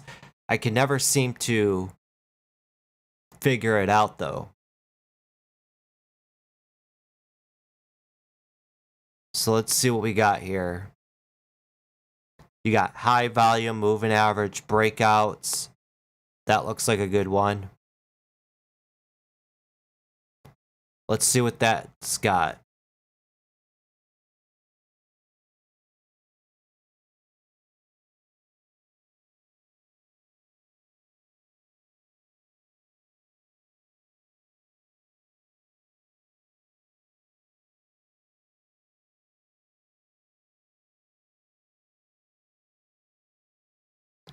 Okay, alerts. New high filtered, pre-market highs, filters. Stocks where the price is between $1 and $40.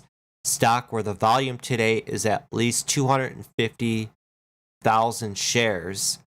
Stocks where the value is no more than, whatever that is, the float, 10 million.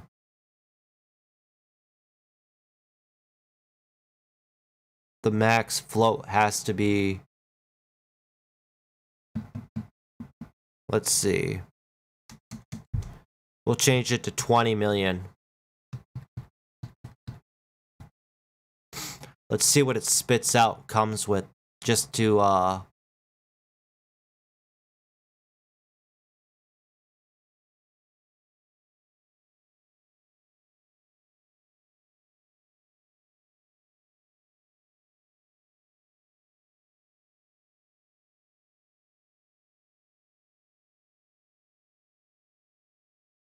never mind the name. Low float runners, 10 million float. Let's see what it spits out.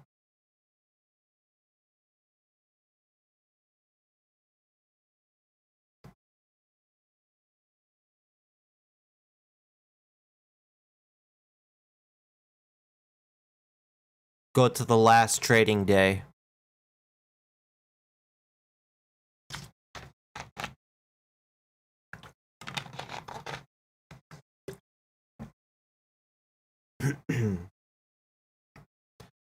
All right, so GOED.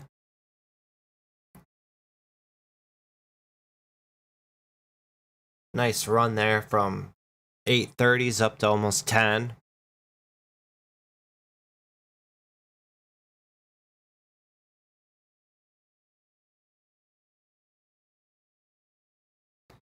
Here,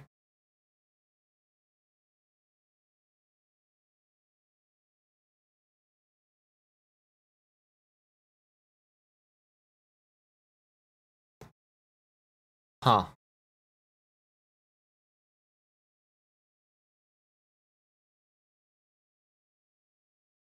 With a lot of these, like I'm looking at the daily chart also. Like look at that daily right here. From 31 all the way up to 33.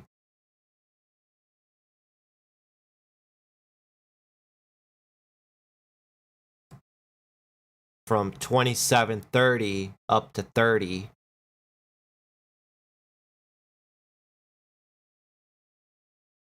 A lot of these are really good daily charts.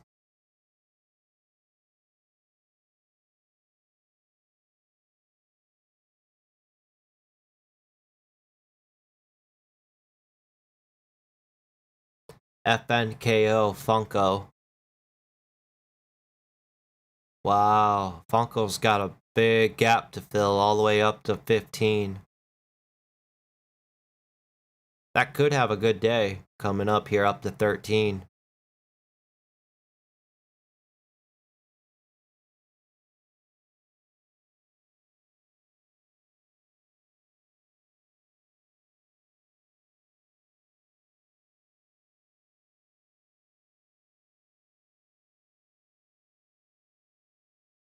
We can see it running up to 12.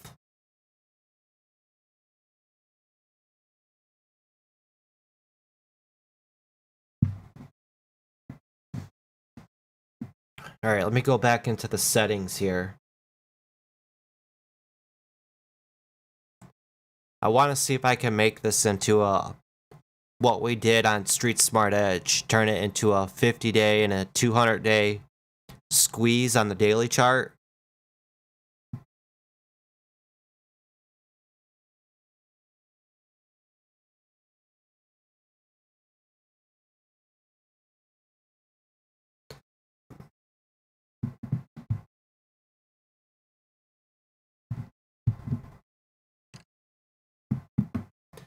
Alright, so let's see. Select alerts. Search.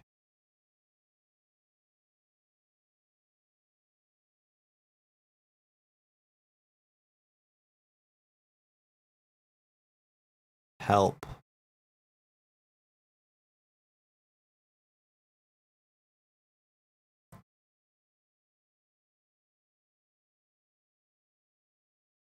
Crossed above 50-day moving average.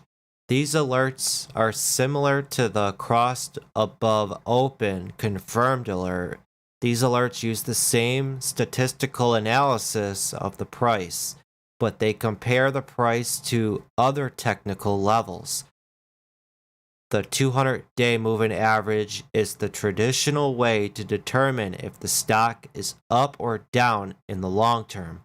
The technical level is a staple for institutional traders. The 50-day and 20-day moving averages are commonly used by many different types of traders. The VWAP is often used by institutions to grade their traders. The VWAP can also be used to set prices on institutional orders. So just going in there and hitting right clicking on the alert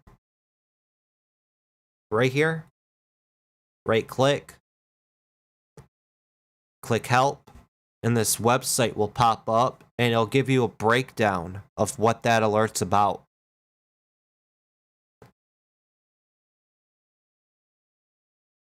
Let's see what else they got.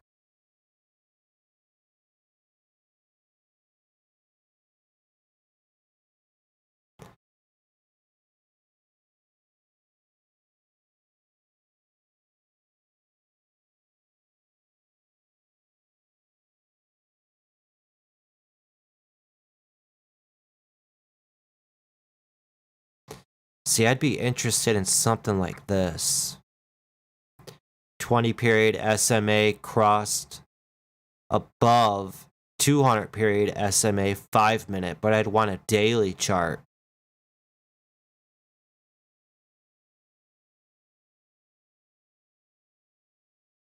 Let me see if I have that option.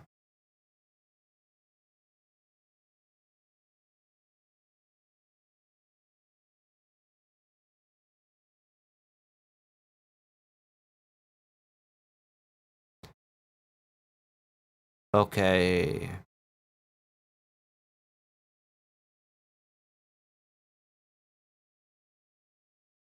Eight period SMA crossed above 20 period SMA, not the 2 minute, like a 15 minute. That's the highest.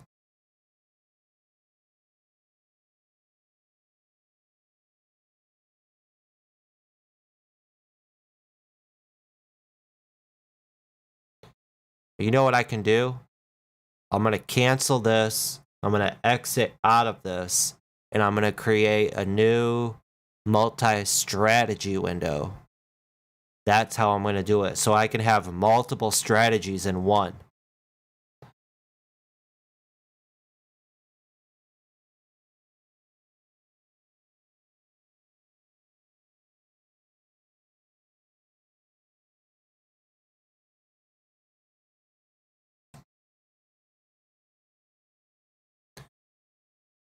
All right, we'll scroll back down to that one.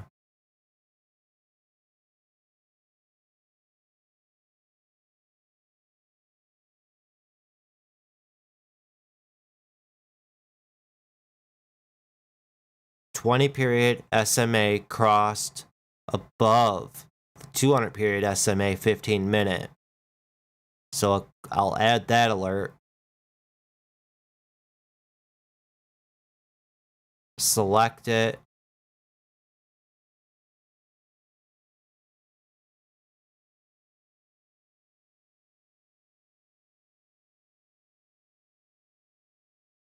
Price is between $2 and I'm gonna do $40. Volume today is at least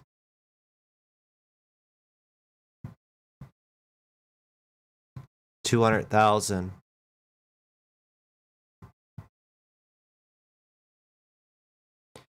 Change from the open, change from the close is at least 3%.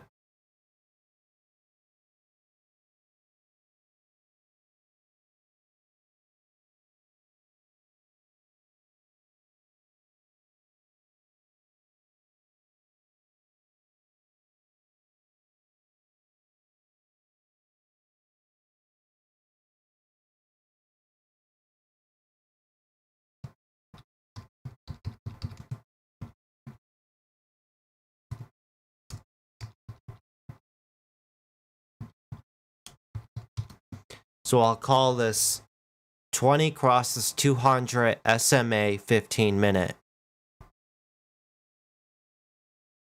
Click OK. Let's see what it spits out. I'll go to all.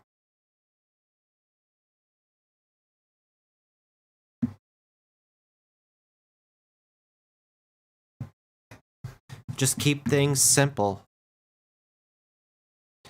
Give me 1 second, guys. I'm going to hit mute on my mic. Let these settings load up. and I'm gonna go get something to drink.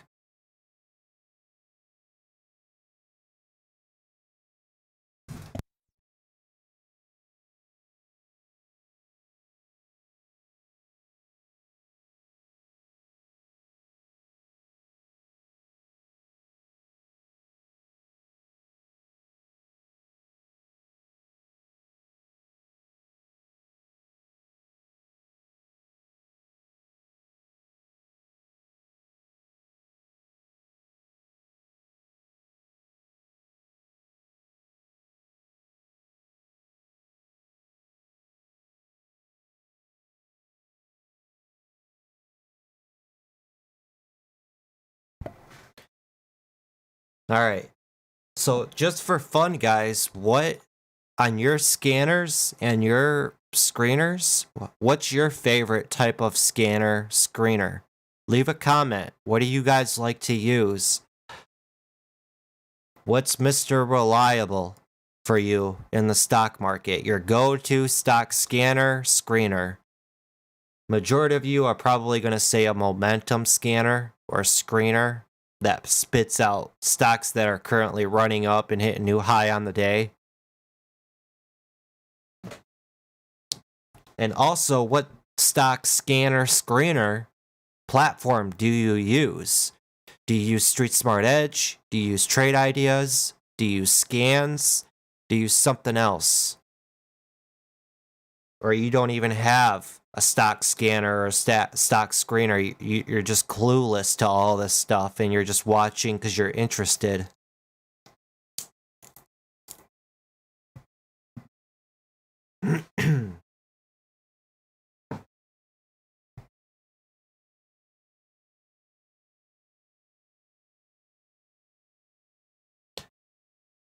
All right, so let's see what we got here for the settings. We got FCEL spitting out.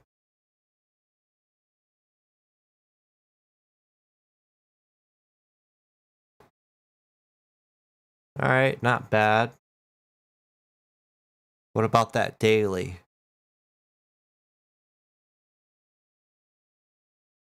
Okay. MEIP.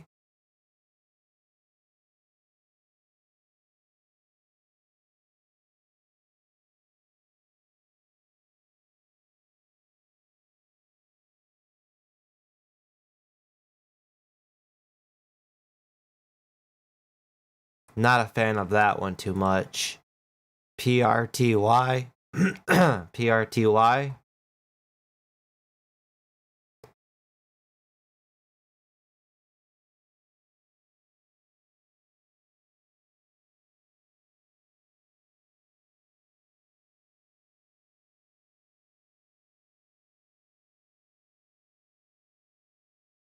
FULT.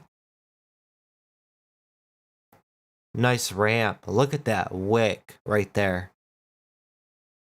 Ugh. That is nasty. Where did it do that at? Right there in the morning. Right here. Look at that wick right there.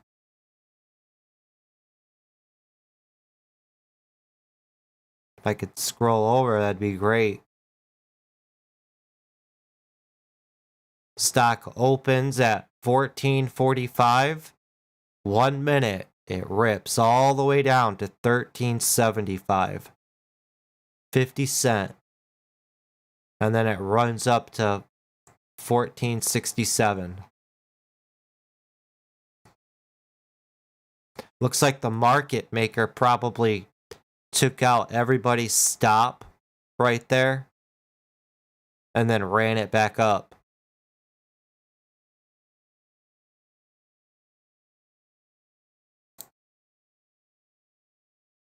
David K says, I'm interested in learning scanners. I use FinViz Elite for now.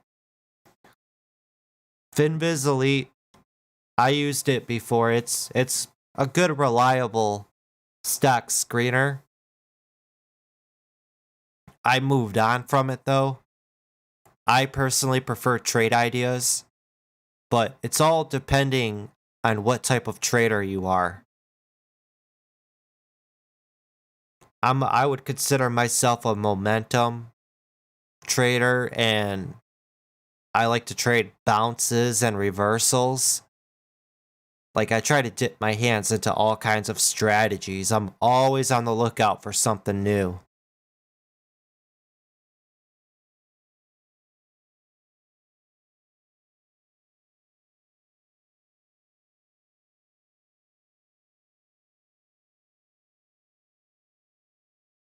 Alright, I'm gonna scroll back in this to earlier in the day.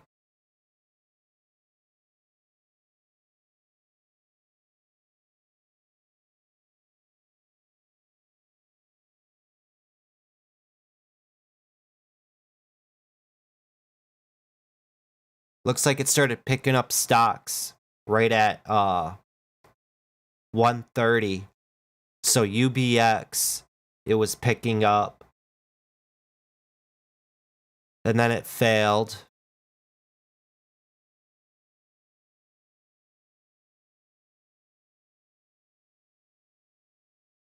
Hmm.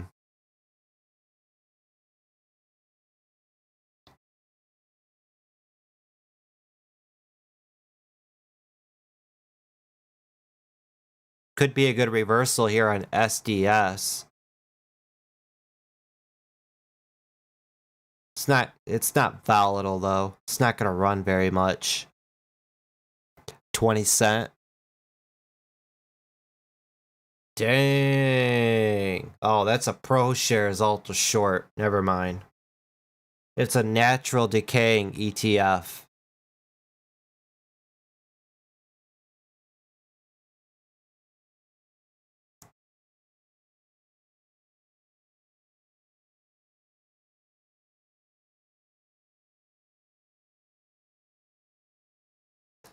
I'm not really excited for this one. I feel like it could be a lot better.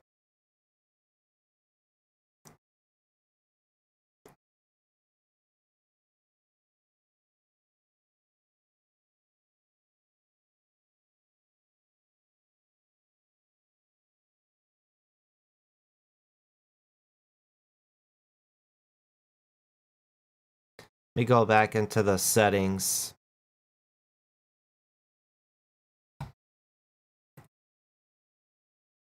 So,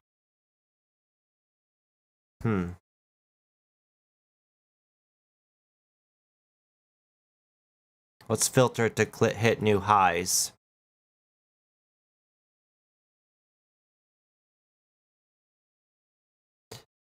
And this is just trial and error of your stock scanners and screeners, guys. Just go through the settings, flip through charts, see how it's performing, and tweak around with it.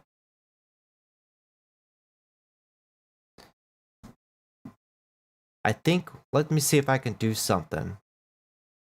Yeah, back test. What's cool about this in trade ideas, if you create a specific scanner, you can back test it. So let's do the start time. Let's do it at 9:40, 10 minutes after the market opened. And let's run it to 10:30. We'll run it for almost about an hour. And we're going to simulate. So timed exits, minutes after entry. Let's do 5 minutes.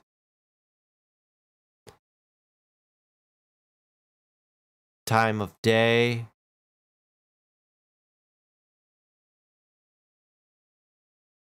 $9.40.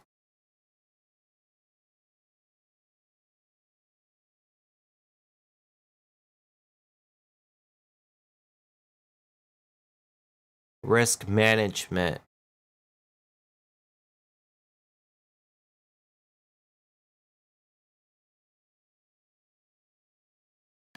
So we'll have a stop loss of 25 cents plus a little bit of wiggle room. We'll give it.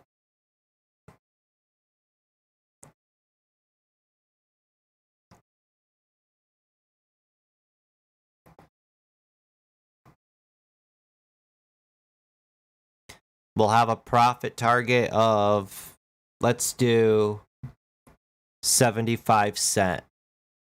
So pretty much a basic risking 25 cents to make 75 cents. 3-to-1 risk versus reward for an hour. Let's just try it out for fun. So we'll simulate buy and we'll see how well. No trades. I have one free trial. What the heck's that mean?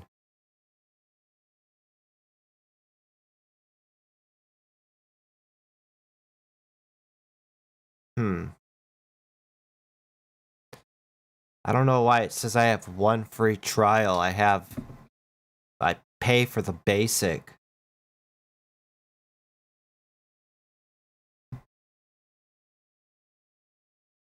(9:40 a.m. to 10:30 a.m.)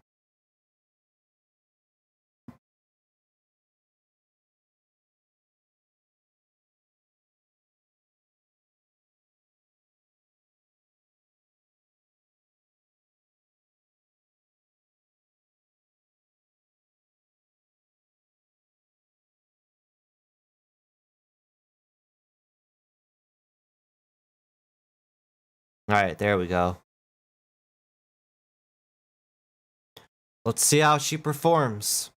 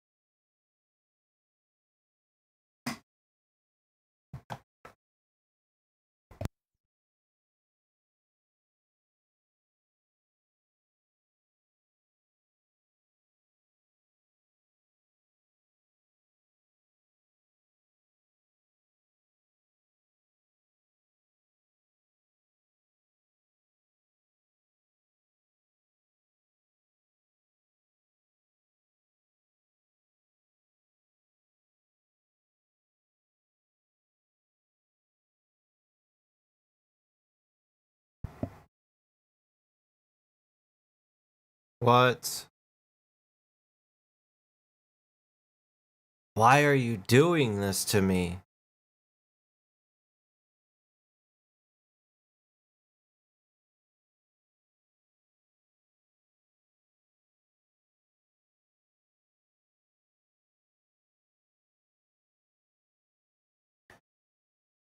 I don't know why it just did that. Did you guys see the profit factor on that? It had like, that thing was profitable as heck.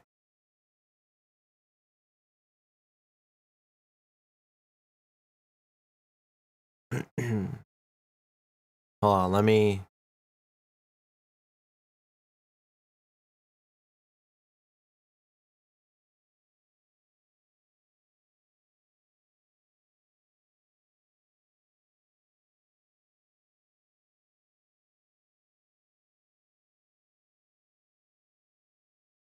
Why?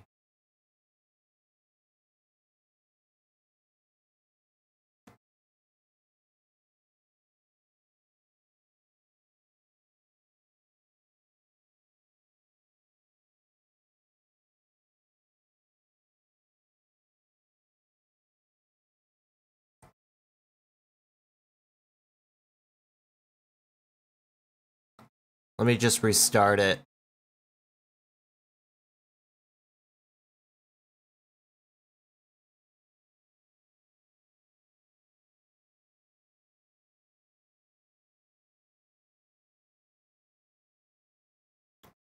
Alright, so we could backtest this one.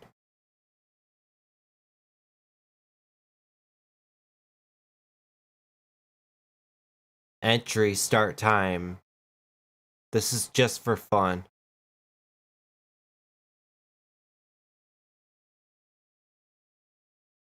We'll give it an hour.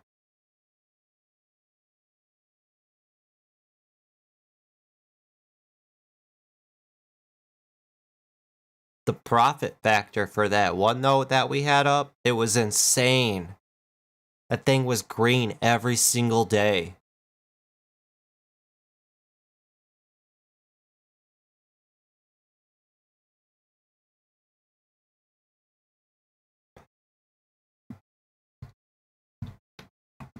Okay, we'll have our profit target be 75 cents, and our stop loss will be 0.25 plus a little bit of wiggle room.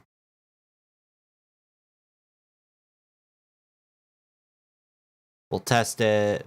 Yeah, we'll go back 10 days and test this one. Oh my goodness.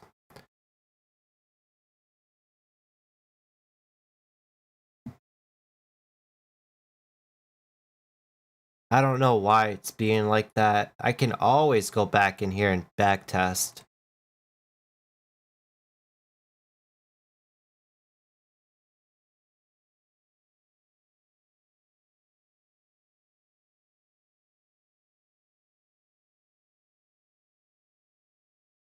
But we're going to create another multi-strategy because I didn't save that one.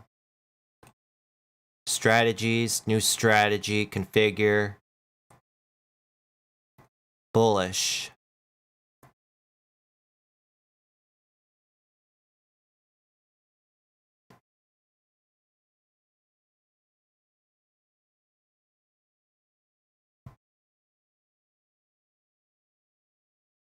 I wish that they had bigger time frames. Change from 50-day SMA.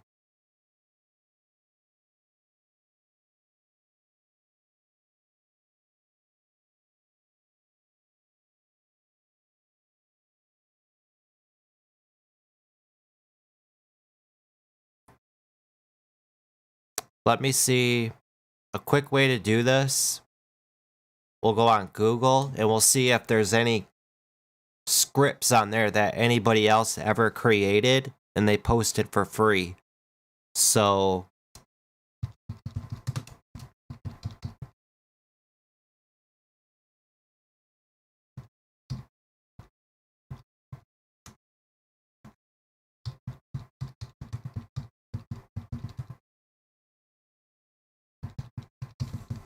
trade ideas, moving average scanner.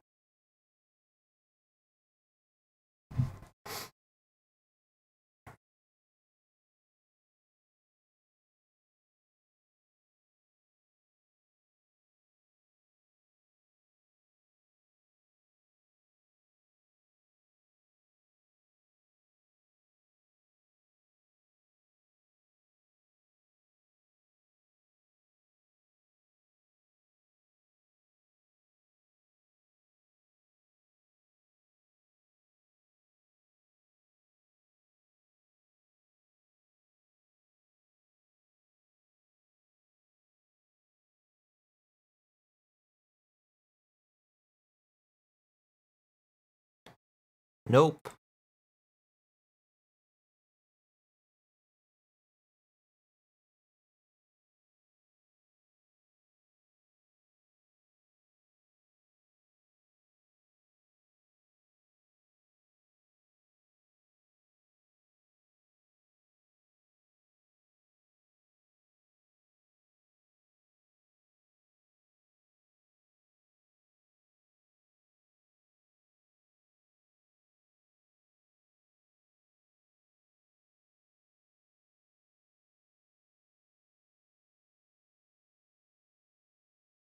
They make it so hard. Trade ideas, moving average, the scanner.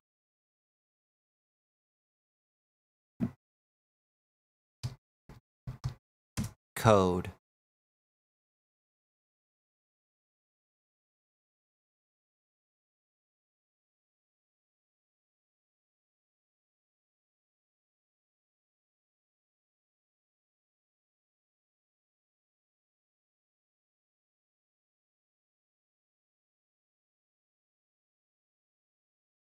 Okay, this guy created one.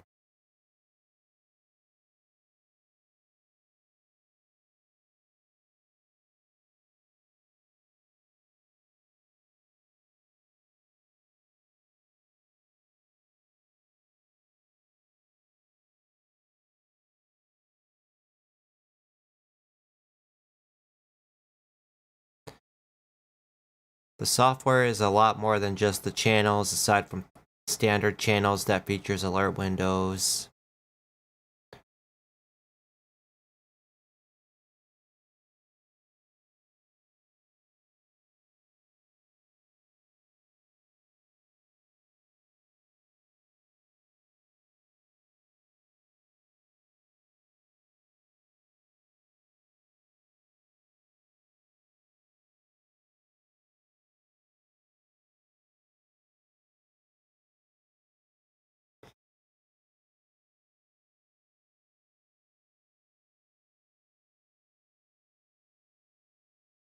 Once you've opened these windows, you can either monitor real-time data or right-click and select history to view alert names. Alright, time for the cloud codes. Below are some of my favorite trade idea scans, alert windows, and top list. Some I have found or were shared with me, some I made, and some I just tweaked a little. I hope you find them useful. So turbo brakes, both up and down. There's the code. Turbo brake ups versus turbo brake downs. Compare window. Climactic up move, 5 minute. See it before the breaking news. Highs and lows with volume surge.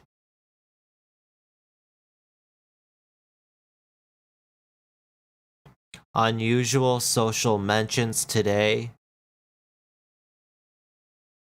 Social networks in action.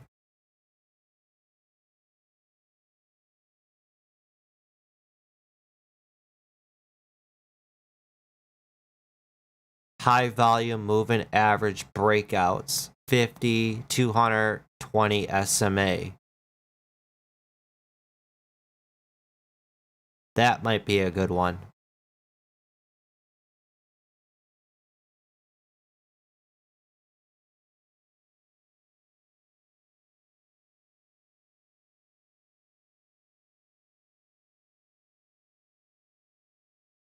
Real quickly before I lose it, I'll cloud code. Copy that. Then go to load.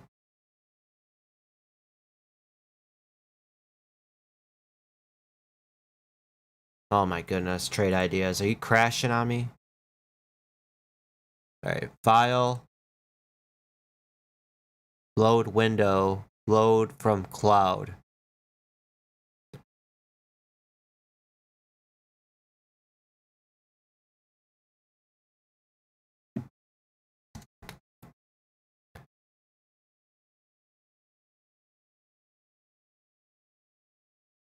Alright, here it is right here. High volume movement average breakouts. History, last trading day. We'll let that load up. And we'll go back to the website and see what else we can find.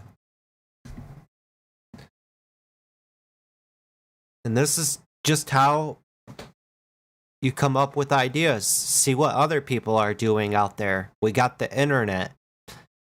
So I just jumped onto Google and I typed in trade ideas moving average scanner code. Scroll down, click on some of the links, and I find this guy posting all of these cloud codes.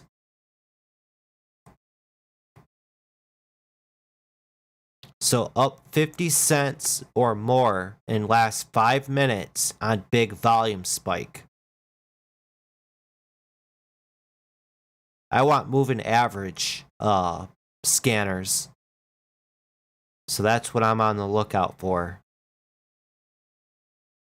Stocks down 5 days in a row. Stocks showing weakness. Look for movers lower from here. Look for moves lower from here. Out of consolidation, up big today. That might be a good one.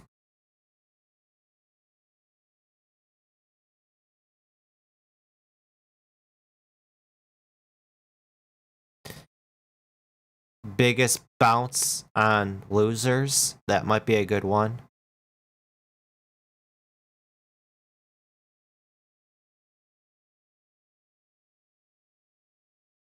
Big block orders. So it's scanning for any big, large, like institutional trades, probably.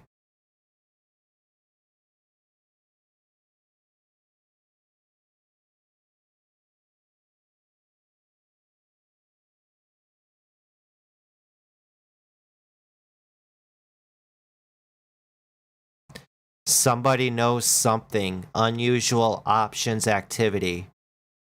That might be a good one for you option guys out there.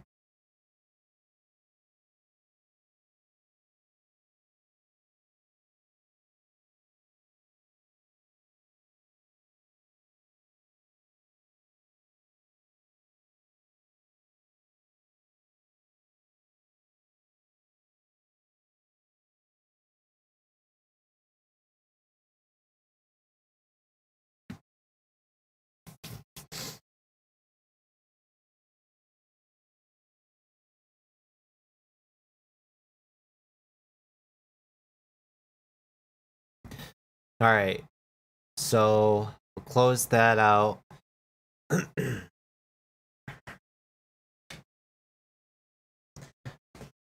David K asks, Wolf, before you close out this session, can I ask you about your trade last Friday of ACRS 9,000 shares?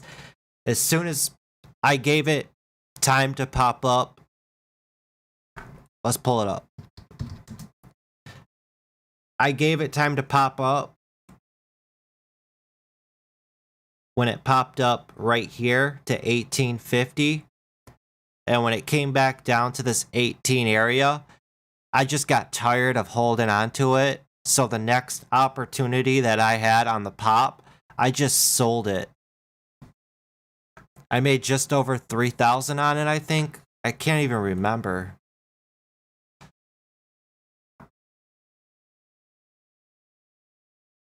No, I actually lost on ACRS. I cut it. Right here. This is what I did Friday. I had a red day Friday. So I lost almost 2,000 on ACRS. CLII, I lost 6,000. GameStop, I made 4,000. GRTS, lost 2,300. OBLN, I lost 1,500. Pola, I made almost 4,000. So almost 4,000 on the day I lost on Friday. But I'm not sweating it. I'm not worried about it. I had a good week last week. 4,000 on Friday I was down. And then, when was it?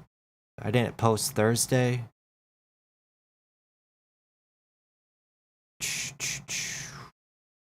Let me see. So total for I have my own little Discord. I post my personal trades in every day. So Friday I was down almost 4,000, but total for the week I was up over $33,000. Thursday I made 12,000 trading all of these. Wednesday I made just over 7,000 trading all of these. Tuesday I made 17,000 right there. So last week was a good week, just over 33K.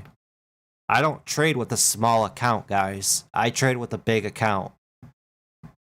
When I first started out, I did have a couple thousand accounts I was trading with, and I blew up like 3 accounts funded with $2,000. But then from that 2,000, once I started seeing and gaining consistency in my trading, I leveled up. Now I trade with a $200,000 account. So, but yeah, I sold my 9,000 shares of ACRS. No, I did not sell it in one order. I trade in blocks. So when I'm buying and selling, I'm buying in blocks of either 2,000 shares, 1,000 shares, or 3,000 shares max. It all depends on how volatile the stock is and how much volume's in it. You know, ACRS, I was buying blocks of 3,000. So I bought 3,000, bought 3,000, bought 3,000, 9,000 shares. And then when I get out of my position, I limit sell. So I limit sell. I just hit the ask and I wait to be filled. So I'll slowly get filled on 3,000 shares. And then I'll put another 3,000 block out there for somebody to eat it up.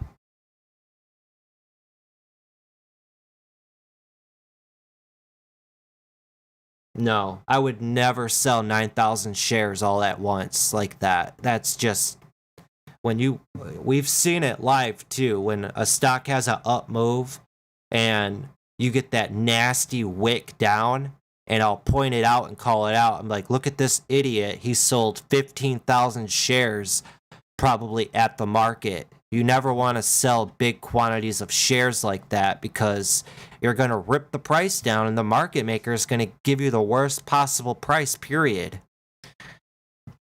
So if you're a block trader, you always are a big share trader where you're buying and selling over 10,000 shares at a time with stocks over $2 or more. I would not say buy and sell 10,000, 20,000 shares all at once. You want to do it in blocks. You got to be strategic about it.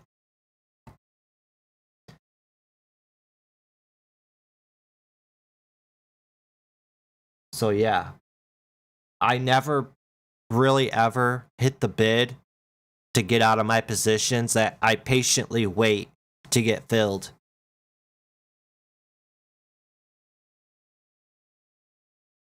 Takes time to develop patience. You know, I used to buy and sell carelessly doing market orders. But as you start to grow and get more comfortable with the charts and how stocks like to move, you see it over and over and over again.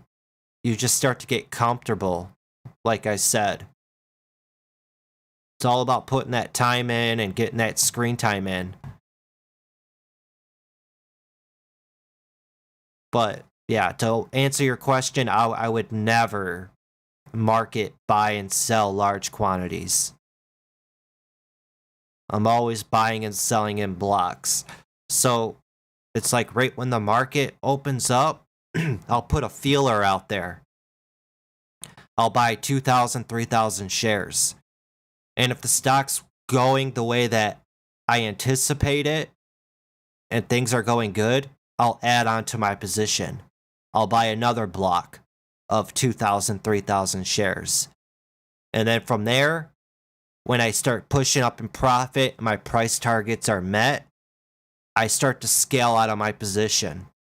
Sell 2,000, 3,000 share blocks, even 1,000 share blocks. And then as I get to the very end, like let's say I have 1,000 shares left, I'll break it down. I'll sell 250, sell 250, sell 250, sell 125, sell 125.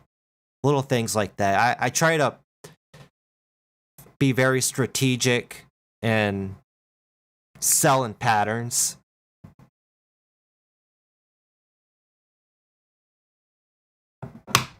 But don't get discouraged, guys. I was there once. I traded a $2,000, $3,000 account for 3 years and blew up 3 of them. But then as soon as I started seeing consistency and getting the hang of things, I upped my account. $10,000 account. Then I proved to myself I could consistently grow it. Then I moved up to a $20,000 account. Proved to myself that I could trade and grow that consistently. Moved it up to a $50,000 account. So now I've built my way up to a $200K account. and I pay myself out monthly. So every month I reset it back to 200K and I go from there. We got one more week left in January. So we'll see what happens this next upcoming week. Usually the last week of a month, I'll take a step back, and I just consider it putting the finishing touches, the toppings on my month. I don't do nothing crazy and aggressive, and cash out. It's like what I preach, guys. Consider your portfolio your business. You know, my business, my portfolio is named Trading Learning 101. You gotta be very professional and take this seriously, because if you just throw money in the stock market and you don't calculate your risk, you don't have a plan when you're going to exit for a loss, when you plan on taking profit, you're going about it all wrong. This is a business and treat it like one. And every tool that you buy, whether it be stock scanners, a news feed, those are investments for your business. So if you're not consistently pulling in money weekly or monthly, and you're paying for stock scanners and a news feed, you're digging your business into the ground. You know, as soon as you prove to yourself that you can consistently pull money out of the markets, thanks for the subscription, Matt Young. As soon as you prove to yourself that you can consistently pull money out weekly and monthly, then you can go off and invest in tools that will help you and catapult you to maybe bring in more money and make your job a little bit easier. Thanks for the subscription, Hammett Yadav. Gotta have the Rick and Morty up there. That show's awesome.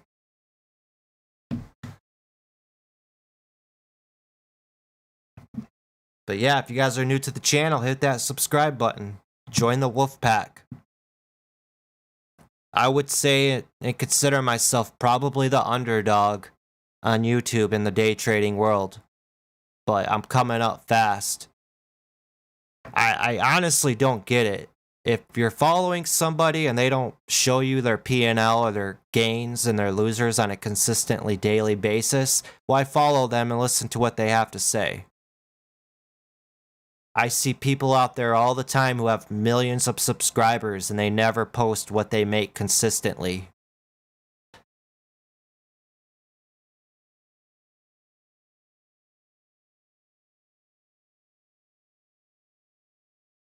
And also, if you guys head over to the community tab on my YouTube channel, I post my P&L every single day right there.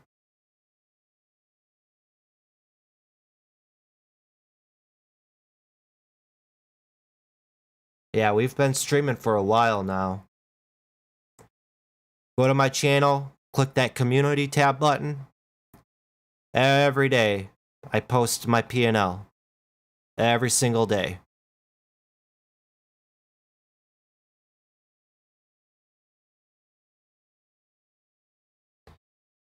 Alright, let's go back to this. So, PCPL. One more thing I want to add to you guys real quick.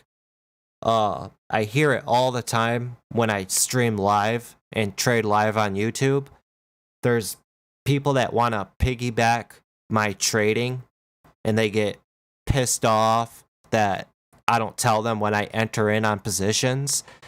You have no idea what my plan or my strategy is, and you don't know my risk tolerance.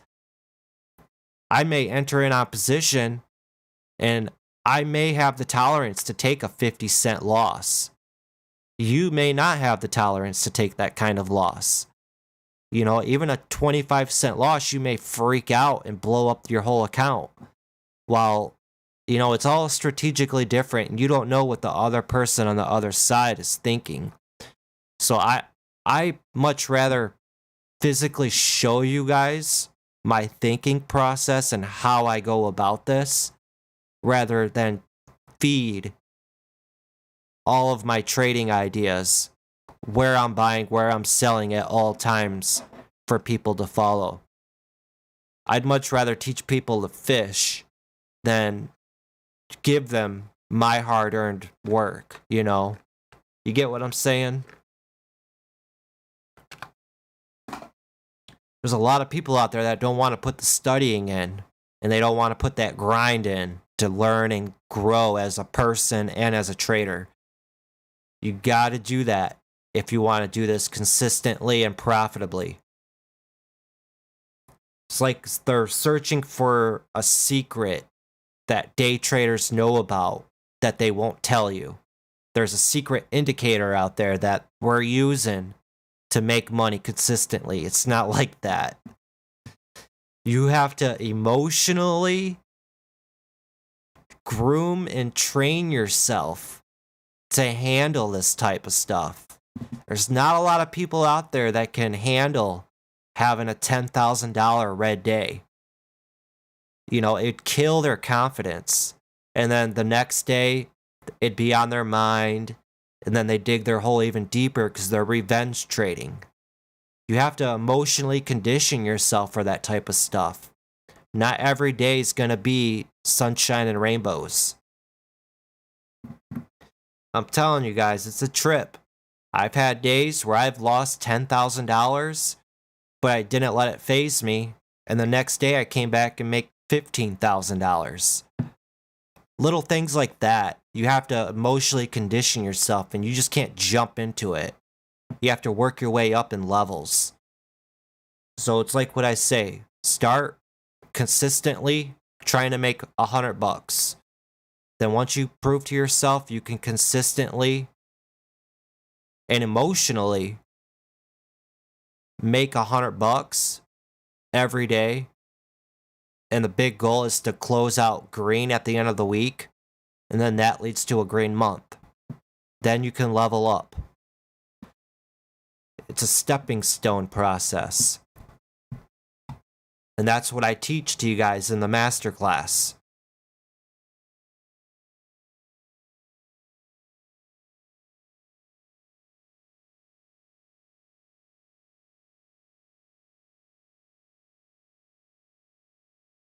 Sign up for the masterclass, you get all those perks right there. So far, we've got 3 videos that are about an hour, hour and a half long. So all of 2021, I plan on releasing more masterclass videos. And the purpose of this masterclass is to also help tie in all 400 of my videos. I have 400 videos on this channel. They're scattered everywhere in topics.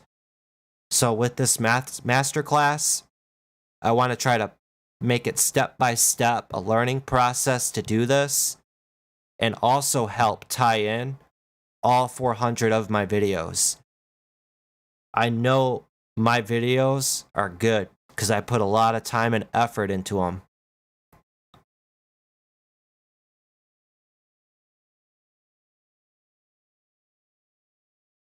Alright, enough with the ranting and raving. Let's get back into this. So this is the scanner that I got off of that cloud on that guy's website. It's a high volume moving average breakout. So far, let's take a look at it. First stock right here. Daily doesn't look to be too great.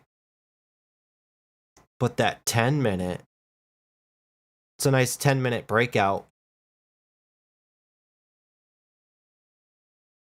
That 8 EMA came up over that 55 EMA from 11. 1085 shoots up to 11. So not much volatility. That's something to note so far.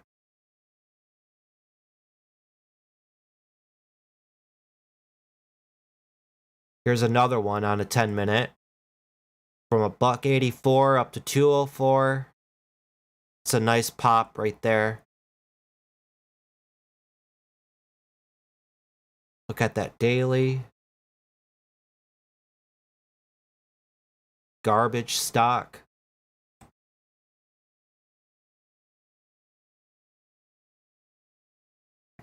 We got a death cross forming right there. Ooh, this stock is about to get destroyed.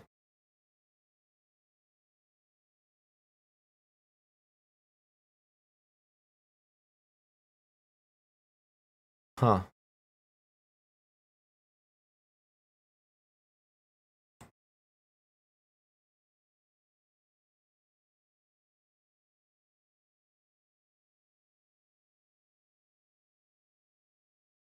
SMTS.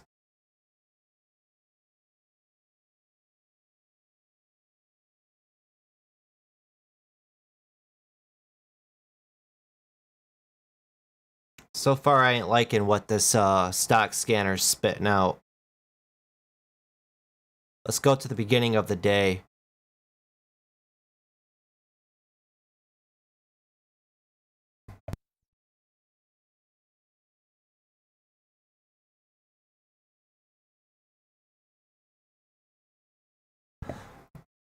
David King or David K says, yup, big difference between learning to fish and being handed a fish. 100%. I get more enjoyment seeing you guys in the Discord calling out your own plays, putting together a plan, executing it, and coming out with some profit in your pocket. I love seeing that from you guys. That's where the enjoyment of seeing your hard work pay off, especially as a mentor, it's well worth it.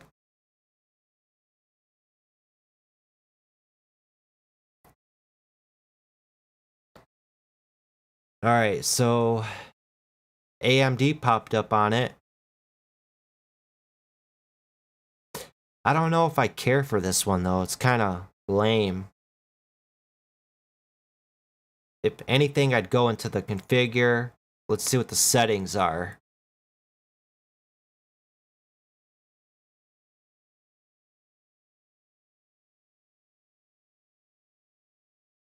Okay, they got a lot of moving averages crossed or checked. The 20, the 50, and the 200.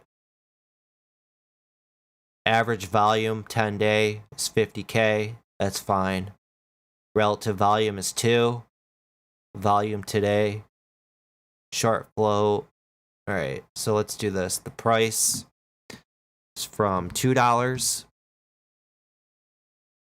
to $40. The float, 20 million.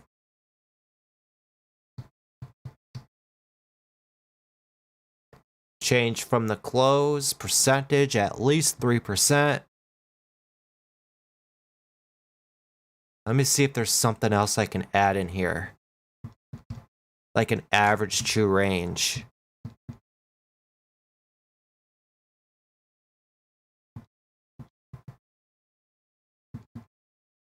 There we go. Average true range. Show as, or I'm just going to add it. Average true range is at least 25 cents. I like those stocks that like to move. Click OK. Let's see what it spits out.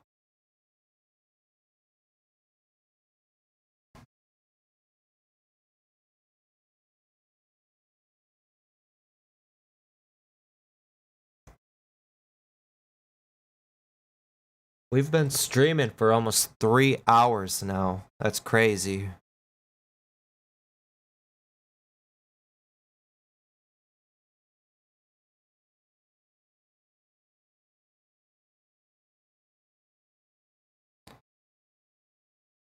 Let this thing load up and see what it can come up with.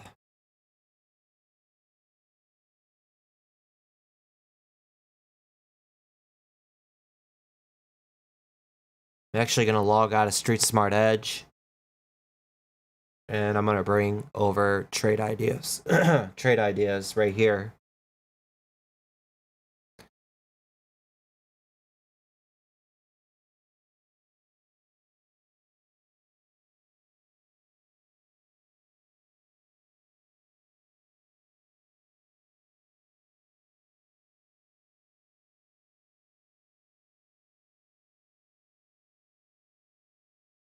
All right, so we're looking at a 3-minute time frame on the top. We're looking at a daily chart at the bottom. Let's see what we can come up with.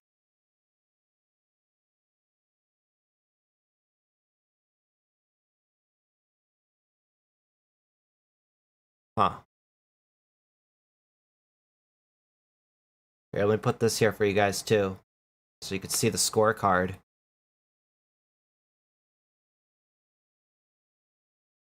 It didn't pick up much, but you can see here there's a squeeze going on from 6. Breaks over that 720. Can run up to $7-8 on BMRA. It'll probably pull back down again to 650, even $6, maybe, and then work its way up. So it might be something to keep an eye on. I just throw an alert on it and move on.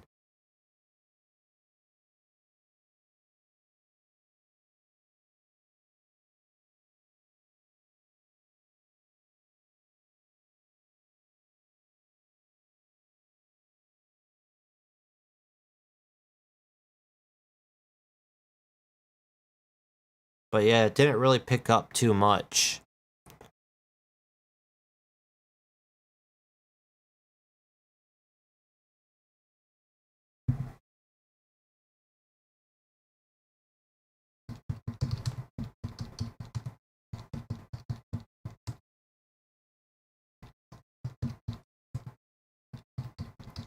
Trade idea, scanner, cloud codes. Let's see what we can come up with.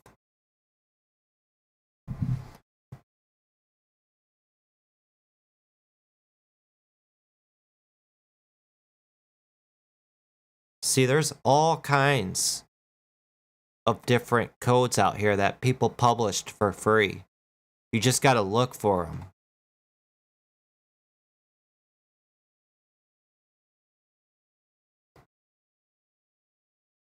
So this is from March of 2018. Trend change, lubricant, swing trade scan, looking for a change in the downtrend using short flow percentage as a catalyst. There's the code for that. Washout bounce, swing trade scan that is a good 3-day hold with proper swing trade size of position. Best if you are selling and buyback occurs at the open.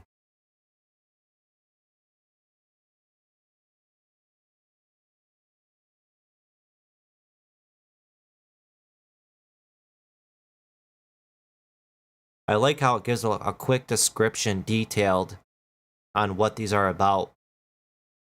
Top reversal opposite of bouncers as it shorts the price after taking out yesterday's highs, then drops back into yesterday's range, slow moving. So these are a lot of swing scans.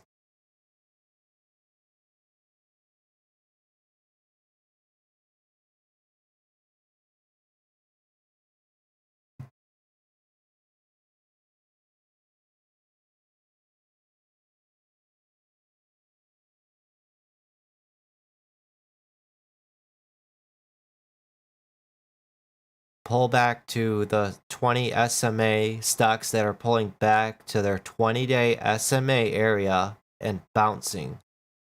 That might be a good one.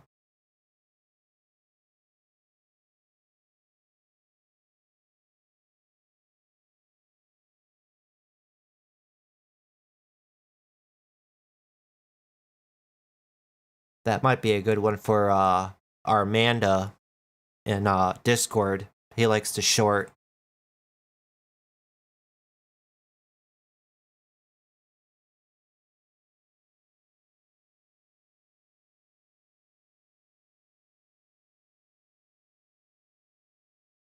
Volume radar.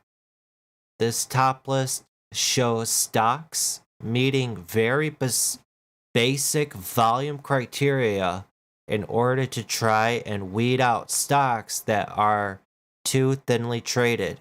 The good stuff comes in the columns and the ability to sort by multiple volume metrics, such as relative volume, 1, 5, and 10-minute volume levels. That's interesting. If you guys are interested in this website, I'll copy the link and send it in the Discord. There's the link for that.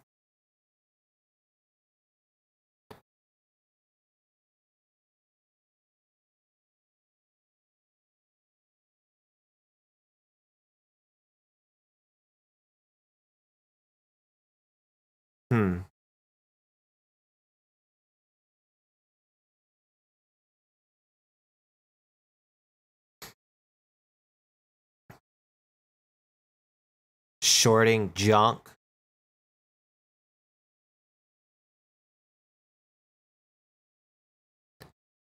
Dead cats dying again.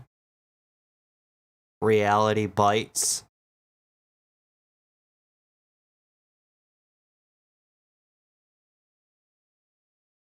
Well, that's pretty cool. There's a bunch of them in here. They're more for like swing trading, I think. But pretty cool.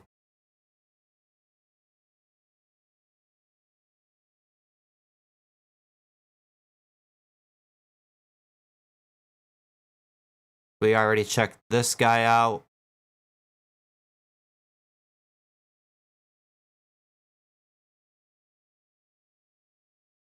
Here's another swing trading one. Same guy.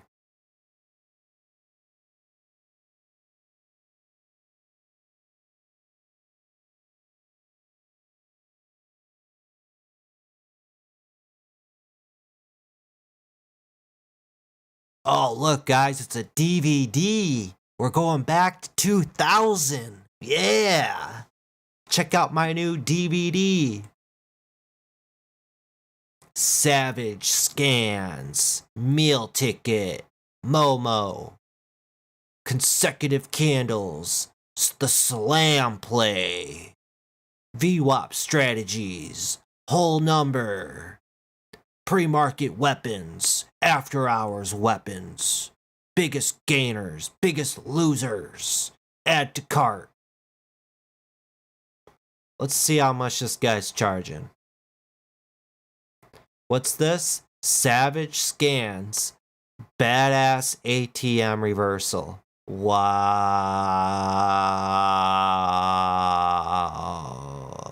You want proof? Just take a look at some of our winning trades taken directly from Savage Scans. 283 cents a share, $3.74 a share, $2.32 a share. Wow, you will need to purchase Trade Ideas scanning software to run the cloud settings for Savage Scans. Wow. Let's see how much it is. $650. Get the out of here, dude. Are you serious? $650 for a scanner? You're smoking crack. I wonder how many people actually paid for that. Let's look at the VWAP only strategies. How much is that? $1,300. Are you kidding me? Oh my goodness. That is insane. Oh, it's got both of them in there. $650. That guy's crazy.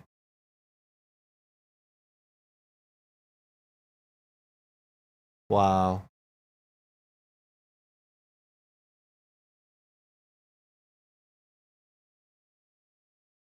Are all of them 600?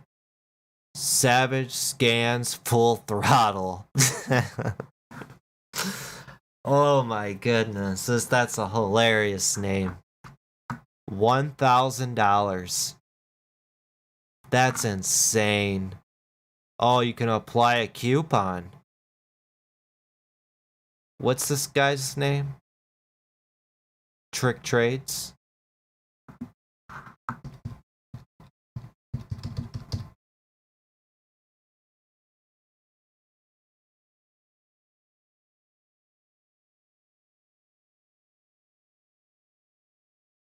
Nope, that's not a promo code. I can't believe this guy's charging that much for scanners. I believe this guy got called out too for being a phony.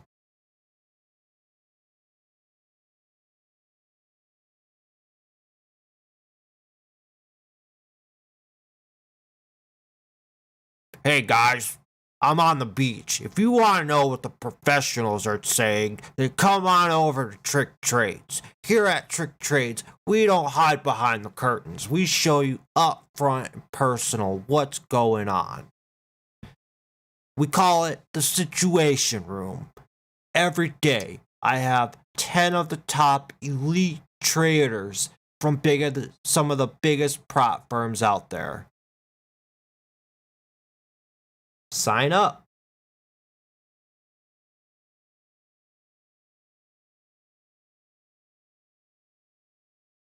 Education videos.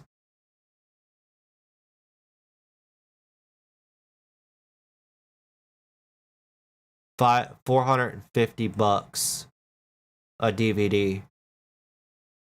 One-on-one mentoring is $450.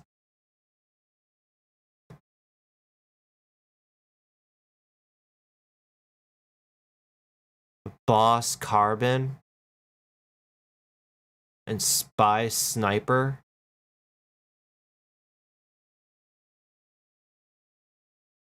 That's just insane, guys. I can't believe this.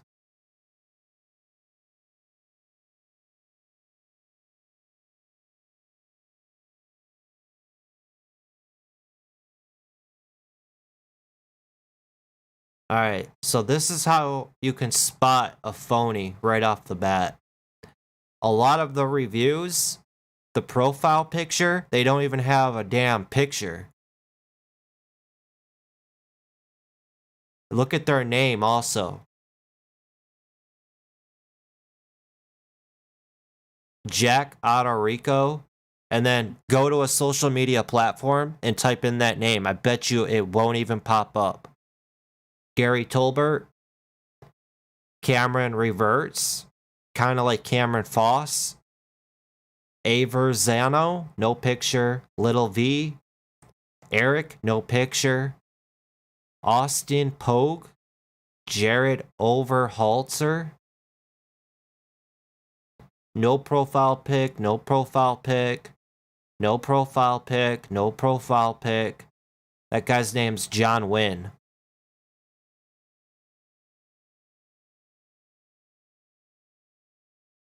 Jake Johnson, like Jack Johnson. Tire Man, Peter Maldonado. Wow. All of them, one review, one review, one review, one review. That guy's got 5 reviews. He might be real. One review, one review, one review, one review. 2, 1, 1, 1, 1, 1, 1, 1, 1, 1. So they created an account just to write a review.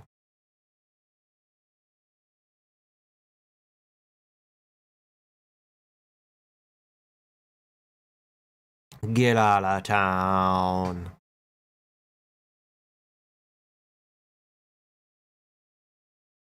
Alright, let's see what Reddit has.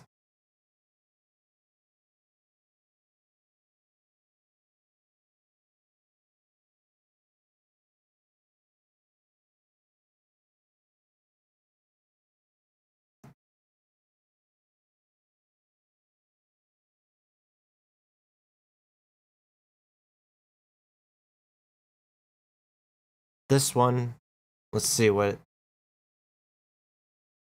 Oh, it's the same website.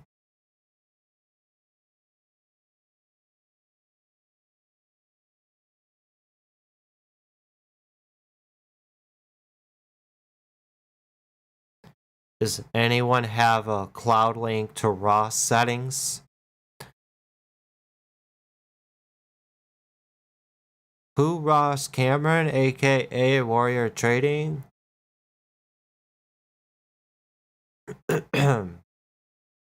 See, I know this man and is his main criteria. He uses gapping up 15 to 60%, low float 5 to 10 million, with high relative volume of at least 2x, above average then more than 750k in volume.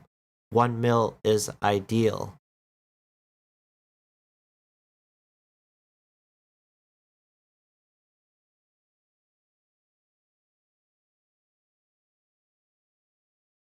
I don't know if that's safe to click on.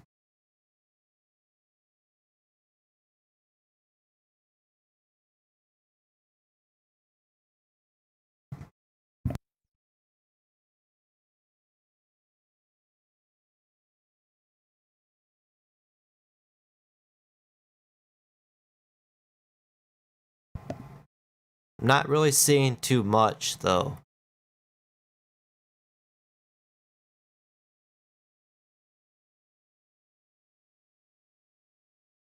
Bear bull traders, these guys are good. They're legit.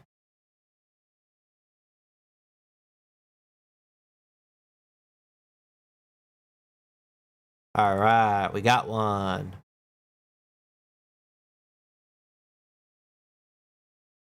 So we got Gapper's watch list, high of day bull flag, top and bottom reversal scanner, halt resume circuit breaker, VWAP breaking out, turbo breakdowns, turbo breakups, RSI extreme. Let's see. This is high of the bull flag. Strategy 1, low flow bull flag momentum. Price between $1 and $10. Current relative volume is at least 2x. Volume today is at least 200k shares. Volume in the last 5 minutes is between 400 and 2000% of normal. 15-minute range is at least 30 cents. Float is less than 10 million.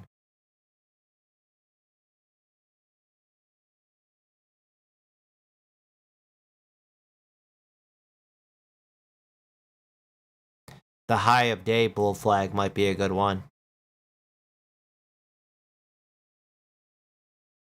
If you guys want this site also, I'll link it in the Discord. There you go.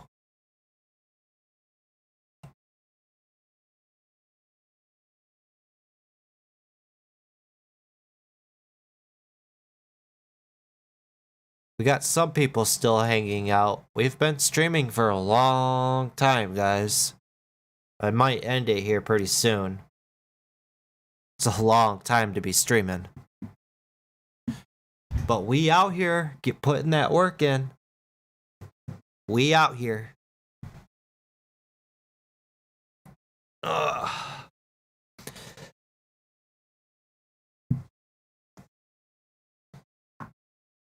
The more work you put in, it'll pay off in dividends down the road, guys. I'm telling you. I want to see what he has for his VWAP settings.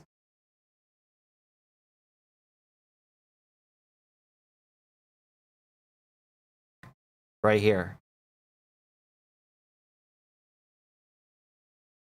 Alright, prices between that.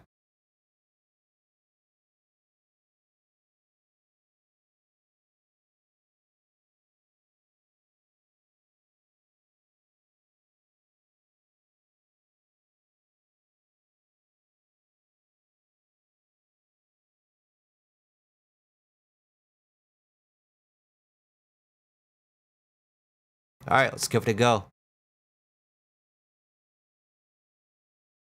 I'm gonna bring over my VWAP. Go to configure. Now alerts. He's got crossed above VWAP, crossed below VWAP selected. I have crossed above VWAP selected. And I also have positive VWAP divergence with a minimum of 2% up. I'm going to keep that. I don't know if I want to add the crossed below VWAP.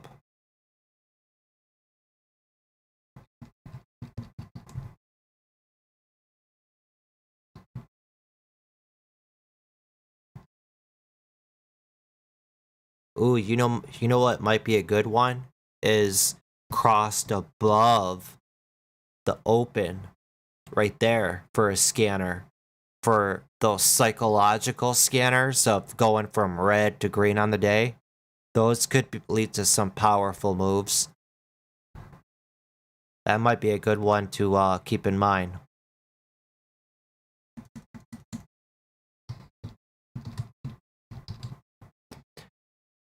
Alright, so we'll add this one.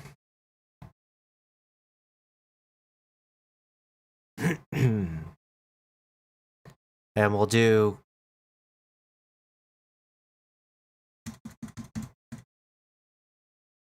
they have the VWAP divergence down? Yep. I'll add that one too. 2%. Alright.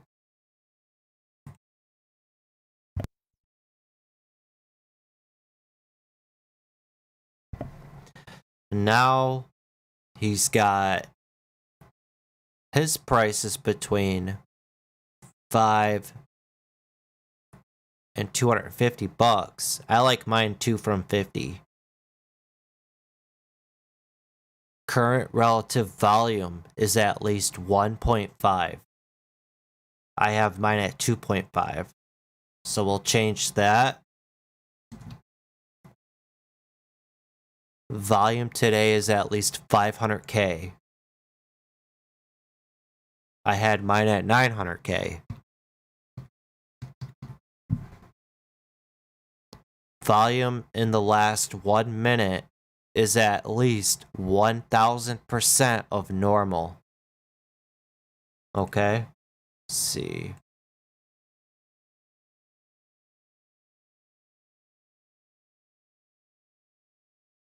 See, I have all of that too. I'm gonna delete all this.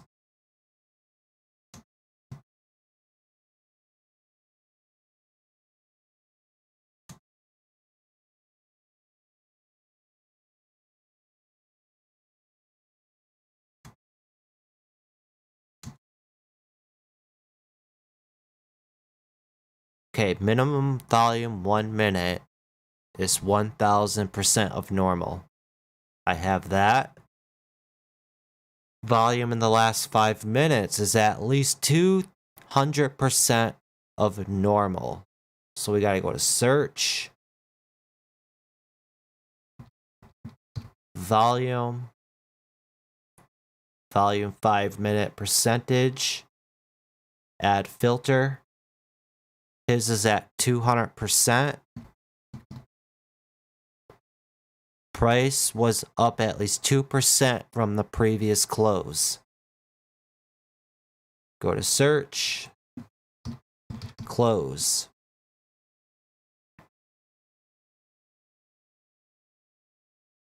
Change from the close right there. Nope.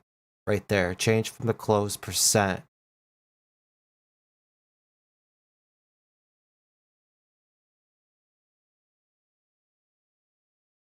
Add filter. Change from the close He's got it set to 2%.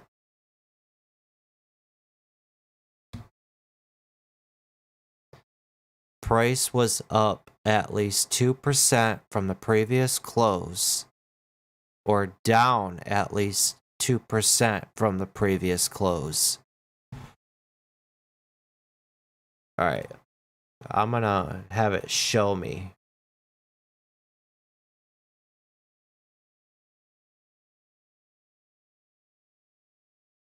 So down negative 2%.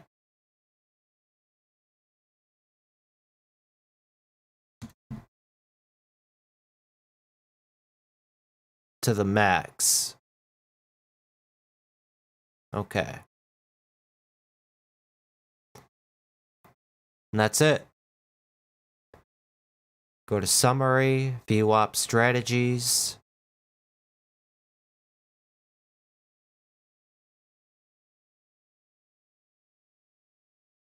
Click OK. OK. Last trading day. Let's see what it spits out.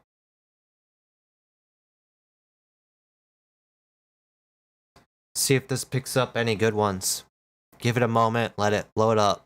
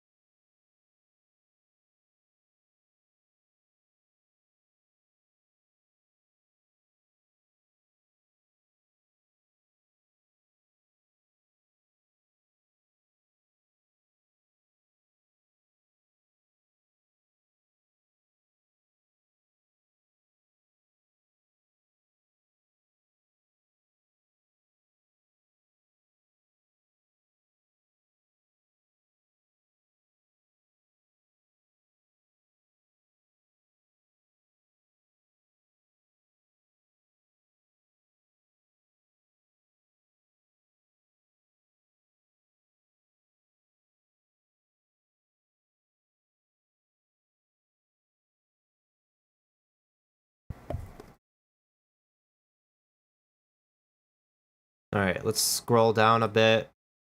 See, all these are negative. Crossed below it. SY, trading 4% above VWAP.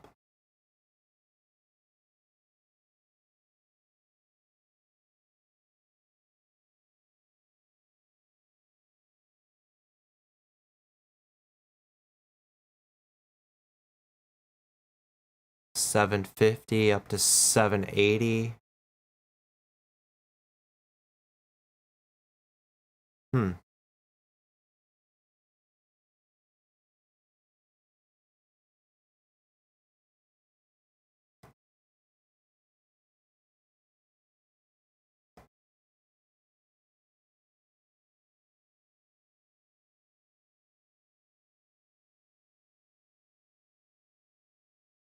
It's not bad.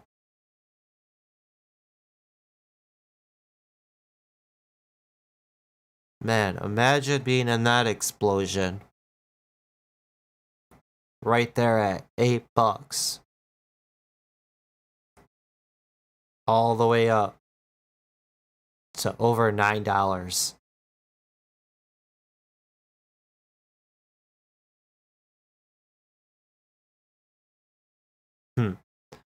That's very textbook too. Resistance right there at 850. Stock ran up above it, pulled back, right there it held. Old resistance. Right at 850. Grinds up to the high right there. And then surges up to a new high. Up over $9. Came back down right there. Nice little putter bounce, but completely failed. Dot back down below. Traded it in the range for the rest of the day. It could pop back up over 850. Run up to maybe $9 from right there.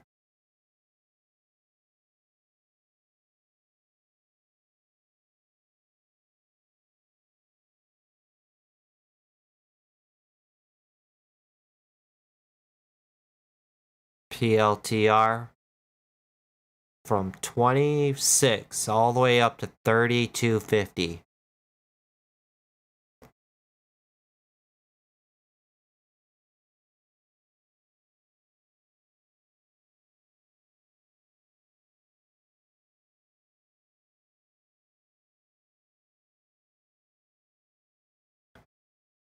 I'm actually going to try this scanner out next week.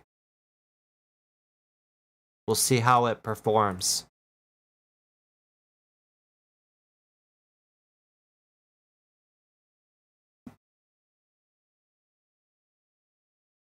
Think it's doing a good job of picking up stocks. So right click.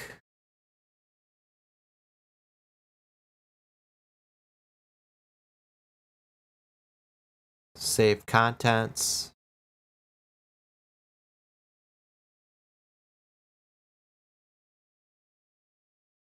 Save as.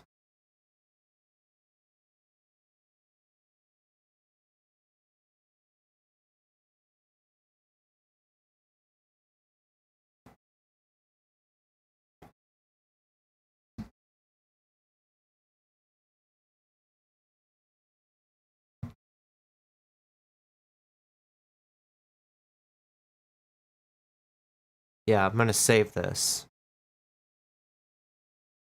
And then what's cool with this, I can customize the colors for the float. So let's say what I like to do is like under $1 million.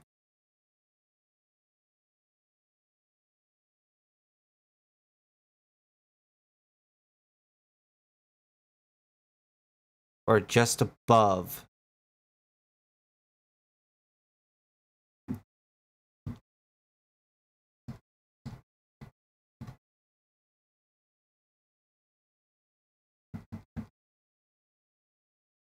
So under $1 million, it'll be a light blue like that. Above $1 million, it's going to be a dark blue. We'll add that.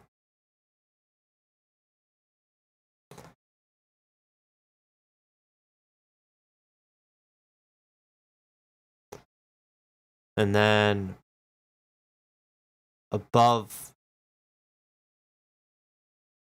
let me see here.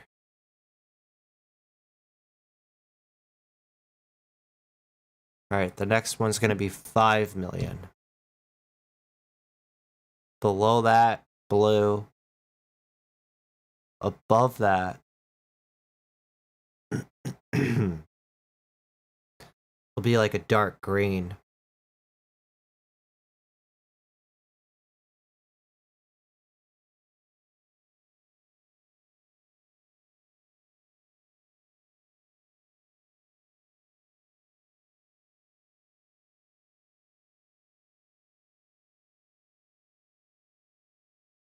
And then from there, 10 million.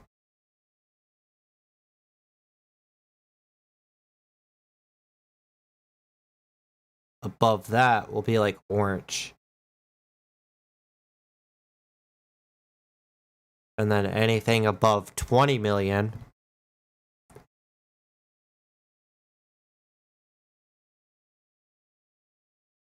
will be red.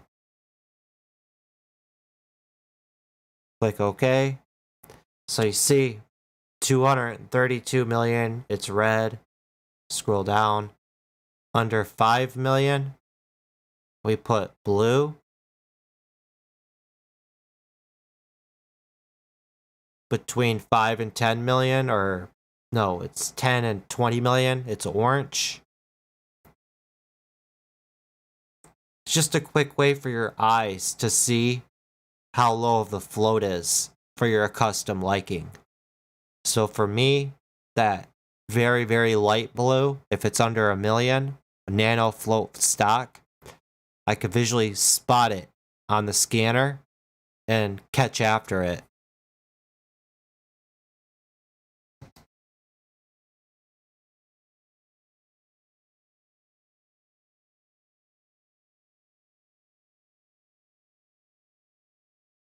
Resave that.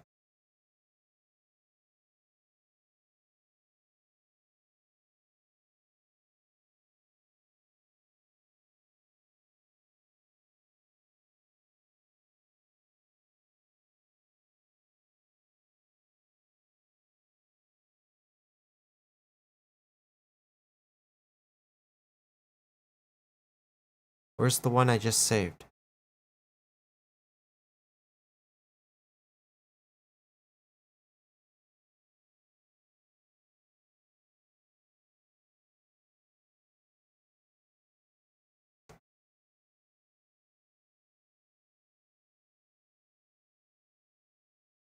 Alright, what else does this guy have?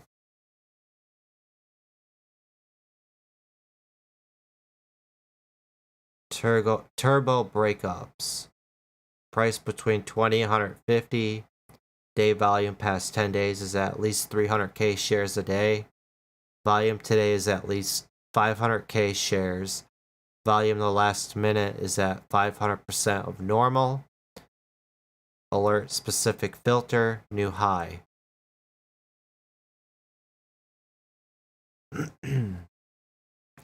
Just a momentum scanner.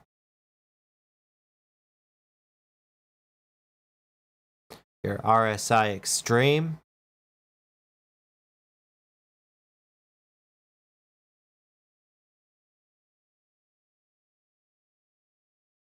I think this is the abnormal volume.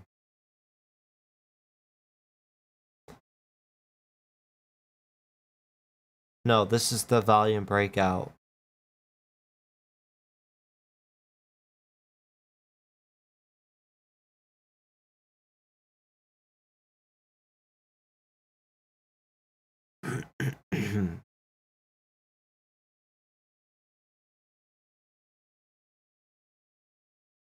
Back to that one we were just looking at.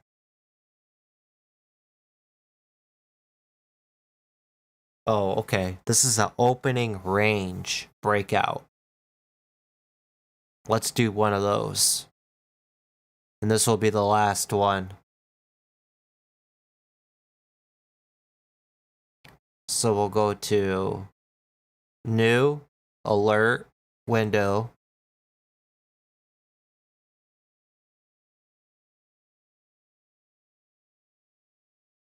Strategy.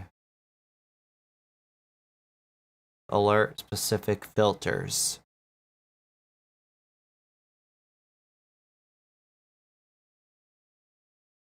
So he's got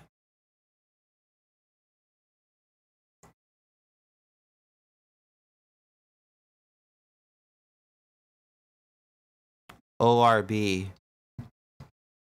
open and range breakout.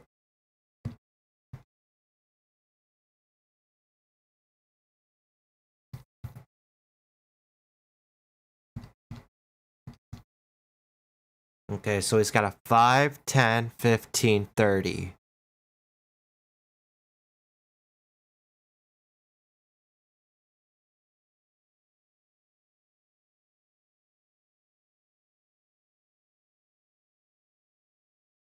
So 5-minute open and range breakout, add. 10-minute opening range breakout, add. 15-minute opening range breakout, add. And a 30-minute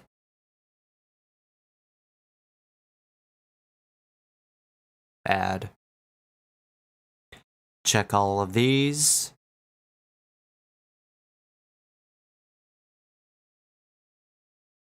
And then strategy name. Window specific filter. Alright, price. My price is going to be at, of course, $2 to $40. Volume today is at least 300k.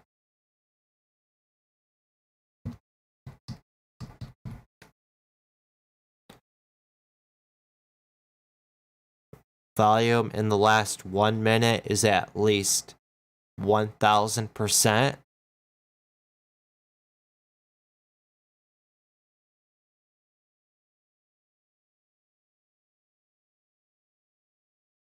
Volume 1 minute. 1000%. Relative volume at least 5. Wow.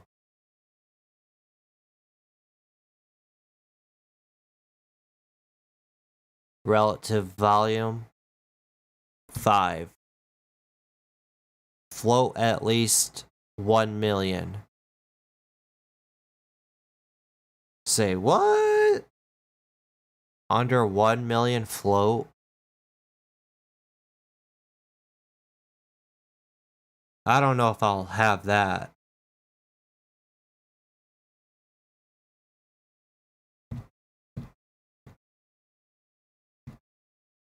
I'm gonna do 25 million float.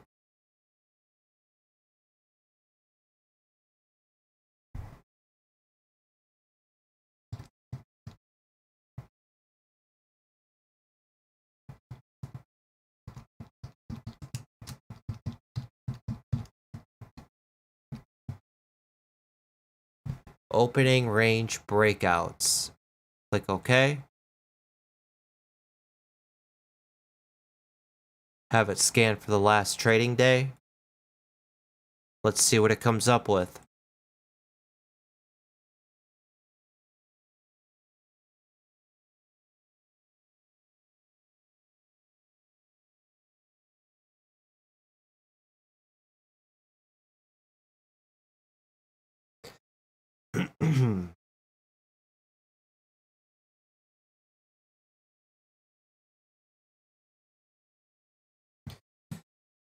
do.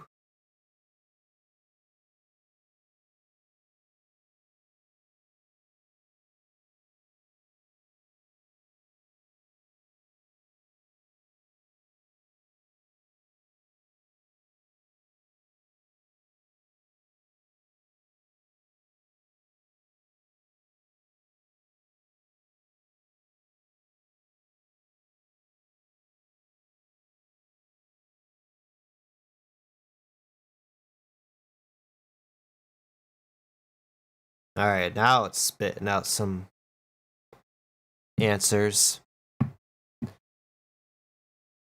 Got a lot of results poking up.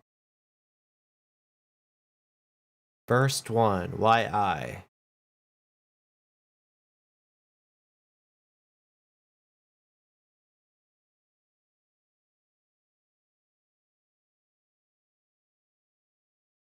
Wow.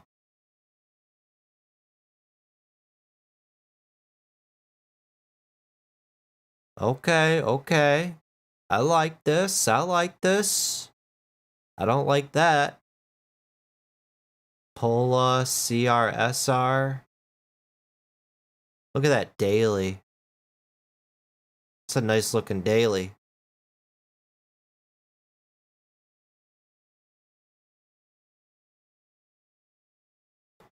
Ooh, OBLN. Mid candle breakout.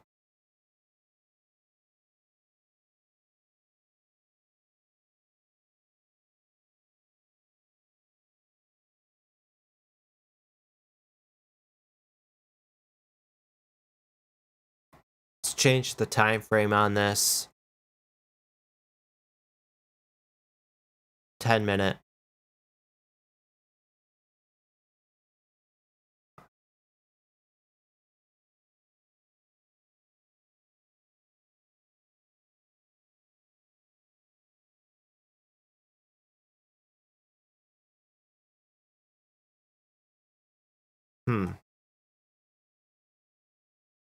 That's all it picked up.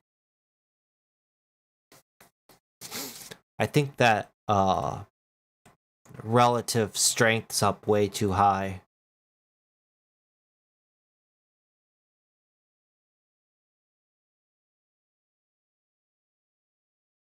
Relative volume. That needs to be at I'll say a 2.5. And then its average true range, I'll add in 25 cent. Let's see what it picks up for that. I like the results it was picking up, but there were very few. I like to have a selection.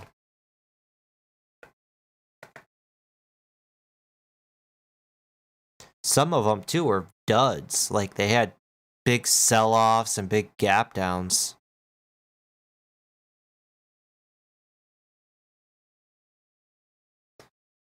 All right, let's see what we got here. WIMI was a good one. YI, that's a good one. Pola. APWC, okay, that was a good one. ATNF, okay, I see ya, that's a good one. OBLN, TRIT. Looks like it's breaking down, but it might be bouncing right there. Okay.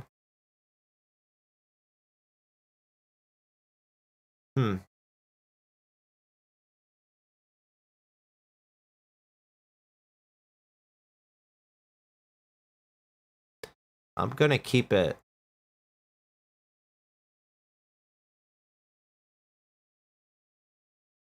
Opening range breakout. And then I'm just gonna quickly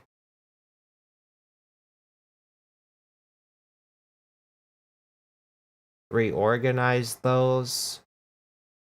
And then, oh snap.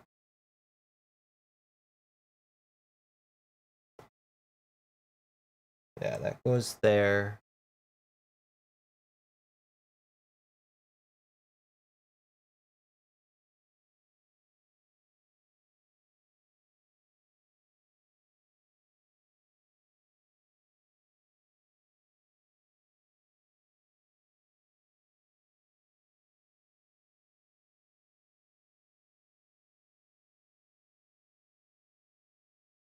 I'm actually gonna put this VWAP right here.